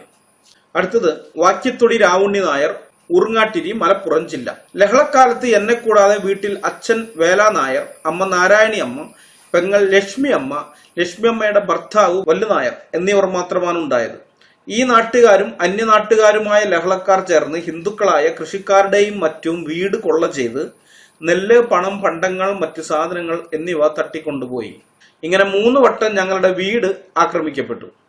ഈ അവസരത്തിൽ ലഹളത്തലവനായ മൊയ്തീൻകുട്ടി ഹാജി കരുവത്തില്ലത്ത് താമസമാക്കി. പലരോടും അവിടെ ചെല്ലുവാൻ ആളെ അയച്ചു. ആ കൂട്ടത്തിൽ എന്റെ പെങ്ങളുടെ ഭർത്താവ് വല്ലുനായർ, കോൽക്കാരൻ പനോത്ത് കേശവൻ നായർ, കുമാരൻ നായർ, ചേലാട്ട് ശങ്കരൻ നായർ, കുകുരീരി ഗോപാലൻ നായർ മുതലായവർ ഒരുമിച്ച് ചെല്ലുകയും ചെയ്തു. അവരോട് ഇസ്ലാം മതം സ്വീകരിക്കാൻ നിർബന്ധിക്കുകയും അതിന് അവർ വഴങ്ങാത്തതിനാൽ വെട്ടാൻ നിർത്തിയ സംഘത്തിലേക്ക് തള്ളിക്കൊണ്ടുപോയി പുഴയ്ക്കൽ വെച്ച് വെട്ടിക്കൊല്ലുകയുമാണ് ഉണ്ടായത്. ഈ വിവരം ആ കൂട്ടത്തിൽ നിന്ന് എങ്ങനെയോ രക്ഷപ്പെട്ട കുകുരീരി ഗോപാലൻ നായർ മടങ്ങി വന്ന് പറഞ്ഞപ്പോഴാണ് ഞങ്ങൾക്കറിയാൻ സാധിച്ചത്. അതിനുശേഷം മൊയ്തീൻകുട്ടി ഹാജിയുടെ ആൾക്കാർ വന്ന് ബാക്കിയുള്ളവരെ മതം മാറ്റുവാൻ നിർബന്ധിച്ചു. അല്ലാത്ത പക്ഷം മറ്റുള്ളവർക്കുണ്ടായ അനുഭവം നിങ്ങൾക്കും ഉണ്ടാകുമെന്ന് പറഞ്ഞു. ഗത്യന്തരമില്ലെന്ന് കണ്ടപ്പോൾ ഞങ്ങൾ എല്ലാവരും ഇസ്ലാം മതം സ്വീകരിച്ചു. ഞങ്ങളുടെ തല മൊട്ടയടിക്കുകയും നിസ്കാര കർമ്മങ്ങൾ പഠിപ്പിക്കാൻ ഒരു മുസ്ലിമിനെ ഏർപ്പാട് ചെയ്യുകയും ചെയ്തു. ആ കൂട്ടത്തിൽ സുന്നത്ത് കഴിക്കണമെന്ന് ഞങ്ങളോട് പറയുകയും ചെയ്തു. ഈ സംഭവങ്ങൾക്ക് ശേഷം എടവണ്ണ പട്ടാളം വന്ന വിവരമറിഞ്ഞ് ഞങ്ങൾ എല്ലാവിധ സ്വത്തുക്കളും ഉപേക്ഷിച്ച് അർദ്ധരാത്രിക്ക് വീട്ടിൽ നിന്ന് പുറപ്പെട്ട് എടവണ്ണ എത്തി. സബ് ഇൻസ്പെക്ടർ കുഞ്ഞിക്കണ്ണൻ ഞങ്ങൾക്ക് ആഹാരവും വസ്ത്രവും നൽകി രക്ഷപ്പെടുത്തുകയും ചെയ്തു. 2 മാസത്തോളം അങ്ങനെ അവിടെ കഴിച്ചുകൂട്ടി. ലഹള അവസാനിച്ചതിന് ശേഷമാണ് ഞങ്ങൾ നാട്ടിലേക്ക് തിരിച്ചു വന്നത്. ഈ അവസരത്തിൽ ഞങ്ങൾക്ക് ജീവിക്കുന്നതിന് യാതൊന്നും ഉണ്ടായിരുന്നില്ല. എല്ലാം ലഹളക്കാർ കൊണ്ടുപോവുകയും നശിപ്പിക്കുകയും ചെയ്തിരുന്നു. 1921 സ്മരണിക, പേജ് 69-70. അപ്പൊ ഇവിടെയും നമ്മൾ കാണുന്നുണ്ട് മുഹമ്മദിന്റെ ചര്യ പിൻപറ്റിക്കൊണ്ട് ഇവര് ആളുകളെ, അമുസ്ലിങ്ങളെ ഇസ്ലാമിലേക്ക് ക്ഷണിക്കുന്നത്, ഭീഷണിപ്പെടുത്തി ക്ഷണിക്കുന്നത്. അടുത്തത് സി കൃഷ്ണൻ നായർ, മഠത്തിൽ വീട്, തൃക്കുളം, 19/10/1973. 1921 മാപ്പിള ലഹളയിൽ അതിദാരുണമായ വിധത്തിൽ കശാപ്പ് ചെയ്യപ്പെട്ട ഒരു ഹിന്ദുവിന്റെ മകനാണ് ഞാൻ. എന്റെ അച്ഛന്റെ അച്ഛൻ ചെറിയം വീട്ടിൽ പൊട്ടയിൽ കൃഷ്ണൻ നായർ തിരൂരങ്ങാടി തൃക്കുളം അംശത്തിലെ ഒരു കോൽക്കാരനായിരുന്നു. പ്രായാധിക്യത്താൽ ഉദ്യോഗത്തിൽ നിന്ന് പിരിഞ്ഞ് വീട്ടിലിരിപ്പായിരുന്നു. ആ അവസരത്തിലാണ് 1921 മാപ്പിള ലഹള പൊട്ടിപ്പുറപ്പെട്ടത്. ശേഷക്കാരെല്ലാം ഓടി അന്യദിക്കിലേക്ക് പോയി. നടക്കാൻ സാധിക്കാത്തത് കൊണ്ട് അദ്ദേഹം പോയില്ല. അടുത്തുള്ള ചില മുസ്ലിങ്ങൾ വന്ന് അദ്ദേഹത്തോട് ഇസ്ലാം മതം സ്വീകരിക്കാൻ പറഞ്ഞു. ഇസ്ലാമിലേക്ക് ക്ഷണിക്കുകയാണ്, നിങ്ങൾ ഇസ്ലാം മതം സ്വീകരിക്കണമെന്ന് ഭീഷണിപ്പെടുത്തുകയാണ്. വയസ്സുകാലത്ത് ഇനി വയ്യ എന്ന് അദ്ദേഹം തീർത്തു പറഞ്ഞു. അപ്പോൾ അദ്ദേഹത്തെ അവർ ദാരുണമാം വിധം വെട്ടിക്കൊലപ്പെടുത്തി ശവം എന്റെ അമ്മയും മറ്റും ഇപ്പോൾ താമസിച്ചു വരുന്ന വീട്ടുവളപ്പിലുള്ള കിണറ്റിൽ നിക്ഷേപിച്ചു. 1921 സ്മരണിക, പേജ് 77-78. കേവലം 100 കൊല്ലം മുമ്പ് കേരളത്തിലെ അമുസ്ലിങ്ങളെ മുസ്ലിങ്ങൾ ഇസ്ലാമിലേക്ക് ക്ഷണിച്ചതിന്റെ വിവരണങ്ങളാണ് നിങ്ങൾ ഈ വായിച്ചു കേട്ടത്. കെ മാധവൻ നായരുടെ മലബാർ കലാപത്തിലും KP കേശവമേനോന്റെ ആത്മകഥയിലും സി ഗോപാലൻ നായരുടെ ദ മാപ്പിള റിബല്ലിയൻ എന്ന പുസ്തകത്തിൽ അങ്ങനെ അതുപോലെയൊക്കെയുള്ള ധാരാളം ഗ്രന്ഥങ്ങളുണ്ട്. അതിൽ നിന്നൊക്കെ ഉദ്ധരിക്കാൻ നിന്ന് കഴിഞ്ഞാൽ വീഡിയോയുടെ ദൈർഘ്യം ഏറ്റവും കുറഞ്ഞത് 3 മണിക്കൂറെങ്കിലും ആകും. അവിടെയൊക്കെ ഇത്തരം വിവരങ്ങളുണ്ട്. കുറേ ആളുകളുടെ വിവരങ്ങൾ ഇതേപോലെ വന്ന് മൊഴി കൊടുത്തിട്ടുള്ള ആളുകൾ മതം മാറാൻ വേണ്ടി നിർബന്ധിച്ചിട്ട് കൊന്നതും രക്ഷപ്പെടാൻ വേണ്ടി മാത്രം അവർ മതം മാറി പിന്നീട് പട്ടാളമൊക്കെ വന്നു കഴിഞ്ഞപ്പോൾ ഓടി രക്ഷപ്പെട്ടു വന്നതുമായിട്ടുള്ള കാര്യങ്ങൾ ഇഷ്ടം പോലെ ഉണ്ട് അങ്ങനെയുള്ളത്. അപ്പൊ അതെല്ലാം പറയാൻ നിന്ന് സമയം കുറെ പോകും. അതുകൊണ്ടാണ് ഞാനൊരു പുസ്തകത്തിൽ നിന്ന് മാത്രം ചില ഓർമ്മക്കുറിപ്പുകൾ ഉദ്ധരിച്ചത്. ഇതെല്ലാം നമ്മുടെ മുമ്പാകെ ഉള്ളപ്പോഴാണ് പകുതി മോനും പകുതി മോളുമായ ഈ സെമിമോൻ പറയുന്നത് ഇസ്ലാം ഒരിക്കലും ആരെയും ഇസ്ലാമിലേക്ക് ക്ഷണിക്കുന്നില്ല എന്ന്. ഈ നട്ടാൽ കുരുക്കാത്ത നുണ പറയാൻ നിനക്കൊരു ഉളുപ്പും തോന്നിയില്ലേ സെമിമോനെ? എന്തൊരു ഗതികെട്ട ജീവിതമാണ് അതിന്റെ. നീ വിശ്വസിക്കുന്ന മതം വെറുമൊരു കാട്ടറബി അവന്റെ സുഖജീവിതത്തിന് വേണ്ടി തട്ടിക്കൂട്ടിയ ഒരു കൊള്ളസംഘം മാത്രമാണെന്ന് മനസ്സിലാക്കിയിട്ടും അതിനെ ന്യായീകരിച്ചുകൊണ്ട് നടക്കാൻ നിനക്ക് നാണമില്ലേ സെമിമോനെ? ഈ സെമിമോന്റെ പൂർവികർ പോലും ഒരുപക്ഷെ ഇതുപോലെ ജിഹാദികൾ കഴുത്തിന് കത്തിവെച്ച് ഇസ്ലാമിലേക്ക് ക്ഷണിച്ചതുകൊണ്ട് ഇസ്ലാം മതം സ്വീകരിച്ചവരായിരിക്കും. കഴുത്ത് കണ്ടിക്കപ്പെടുന്നതിനേക്കാൾ എന്തുകൊണ്ടും നല്ലത് ലിംഗാഗ്രത്തിലെ തൊലി കണ്ടിക്കപ്പെടുന്നതാണ് എന്ന് ചിന്തിച്ച് ജിഹാദികളുടെ ക്ഷണം സ്വീകരിച്ച് മുസ്ലിങ്ങളായി മാറിയവരുടെ പിന്മുറക്കാരൻ ഇന്ന് നമ്മളോട് പറയുകയാണ് ഇസ്ലാം ഒരിക്കലും ആരെയും ഇസ്ലാമിലേക്ക് ക്ഷണിക്കുന്നില്ല എന്ന്. കാശില്ലാത്തവൻ കാശിക്ക് പോയാലും ഗതിയില്ല എന്ന് പറഞ്ഞതുപോലെയാണ് ഈ സെമിമോന്റെയൊക്കെ കാര്യം. ഇവനൊക്കെ എവിടെ പരിപാടി അവതരിപ്പിച്ചാലും ഇതാണ് സ്ഥിതി. നാണവും മാനവും ഇല്ലാത്ത ജന്മം, പച്ചക്കള്ളം പറയാൻ യാതൊരു ഉളുപ്പുമില്ലാത്ത സാധനം. അയ്യേ, ഇതെന്തൊരു ജീവിതമാണ് ജിഹാദി നിന്റെ. സെമിമോനെ, ഇതെന്തൊരു ജീവിതമാണ്, കഷ്ടം തന്നെ. നിനക്ക് ഞാനൊരു ഉപദേശം ഫ്രീ ആയിട്ട് തരാം സെമി മോനെ. നീ ഇങ്ങനെ മരുഭൂമി കൊള്ളക്കാരനെ ന്യായീകരിച്ച് നിന്റെ ജീവിതം പാഴാക്കി കളയരുത്. ലോകത്തുള്ള മറ്റേത് മനുഷ്യരെ പോലെയും ആത്മാഭിമാനത്തോടെ ജീവിക്കാനുള്ള അവകാശം നിനക്കുമുണ്ട്. കാമപ്രാന്തനും ശിശുഭോഗിയുമായ മരുഭൂമി കൊള്ളത്തലവനെയും അവന്റെ സാങ്കല്പിക ദൈവത്തെയും ന്യായീകരിക്കേണ്ട ഗതികേടിലാണ് നീ ഉള്ളതെന്ന് എനിക്കറിയാം. ഈ ഗതികേടിൽ നിന്ന് രക്ഷപ്പെടാൻ ഒരു വഴിയേ നിന്റെ മുമ്പിലുള്ളൂ. ശപിക്കപ്പെട്ട അല്ലാഹുവിനെയും ശപിക്കപ്പെട്ട മുഹമ്മദിനെയും നീ തള്ളിപ്പറഞ്ഞ് ഇസ്ലാം ഉപേക്ഷിച്ച് പുറത്തു വാ. എന്നിട്ട് നിന്നെ സ്നേഹിച്ച് നിനക്ക് വേണ്ടി ജീവൻ നൽകിയ യേശു ക്രിസ്തുവിനെ നീ നിന്റെ ജീവിതത്തിന്റെ ഉടയോനായി സ്വീകരിക്കുകയും സത്യസ്വരൂപനായ ക്രിസ്തുവിനെ സ്വീകരിച്ചു കഴിഞ്ഞാൽ പിന്നെ നിനക്ക് ഇങ്ങനെ നാണം കെട്ട് നുണ പറഞ്ഞ് നിന്റെ ദൈവത്തെയും പ്രവാചകനെയും സംരക്ഷിക്കേണ്ട ഗതികേട് ഒരിക്കലും ഉണ്ടാകില്ല. സത്യം കഴിക്കുന്നതും അസത്യം മധുരിക്കുന്നതുമായതുകൊണ്ട് ഞാൻ ഈ പറഞ്ഞ കാര്യം ഉൾക്കൊള്ളാൻ സെമി മോന് മനപ്രയാസം ഉണ്ടാകുമെന്ന് എനിക്കറിയാം. എങ്കിലും ഇതല്ലാതെ വേറൊരു വഴി സെമി മോനെ നിന്റെ മുമ്പിലില്ല.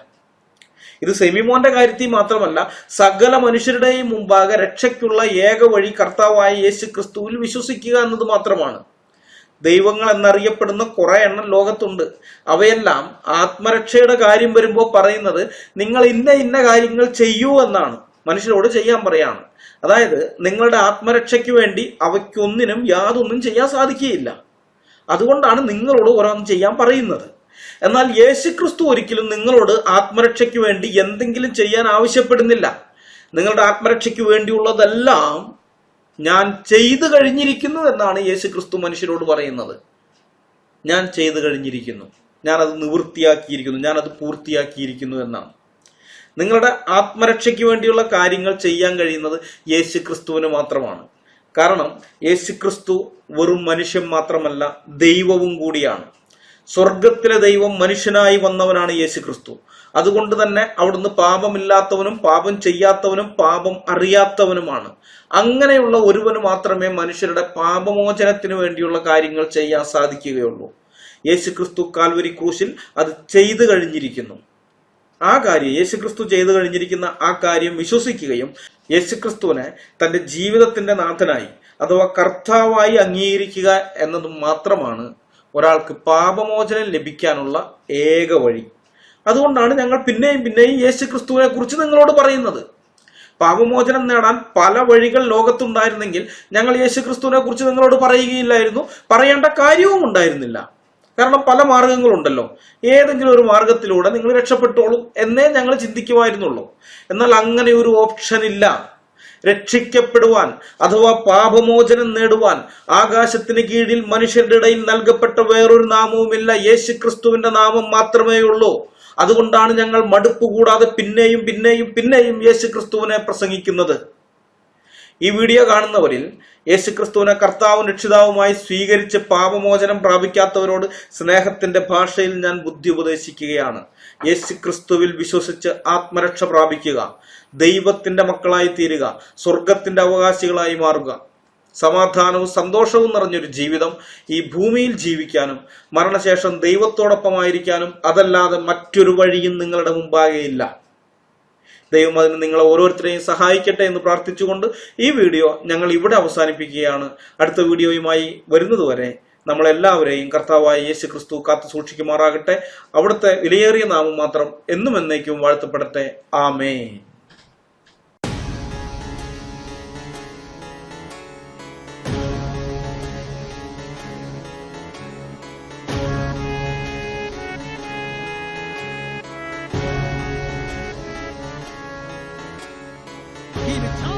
ക്രിസ്തുവിനായി പ്രവർത്തിച്ചാൽ ക്രിസ്തുവിനായി മരിച്ചാൽ ക്രിസ്തുവിനായി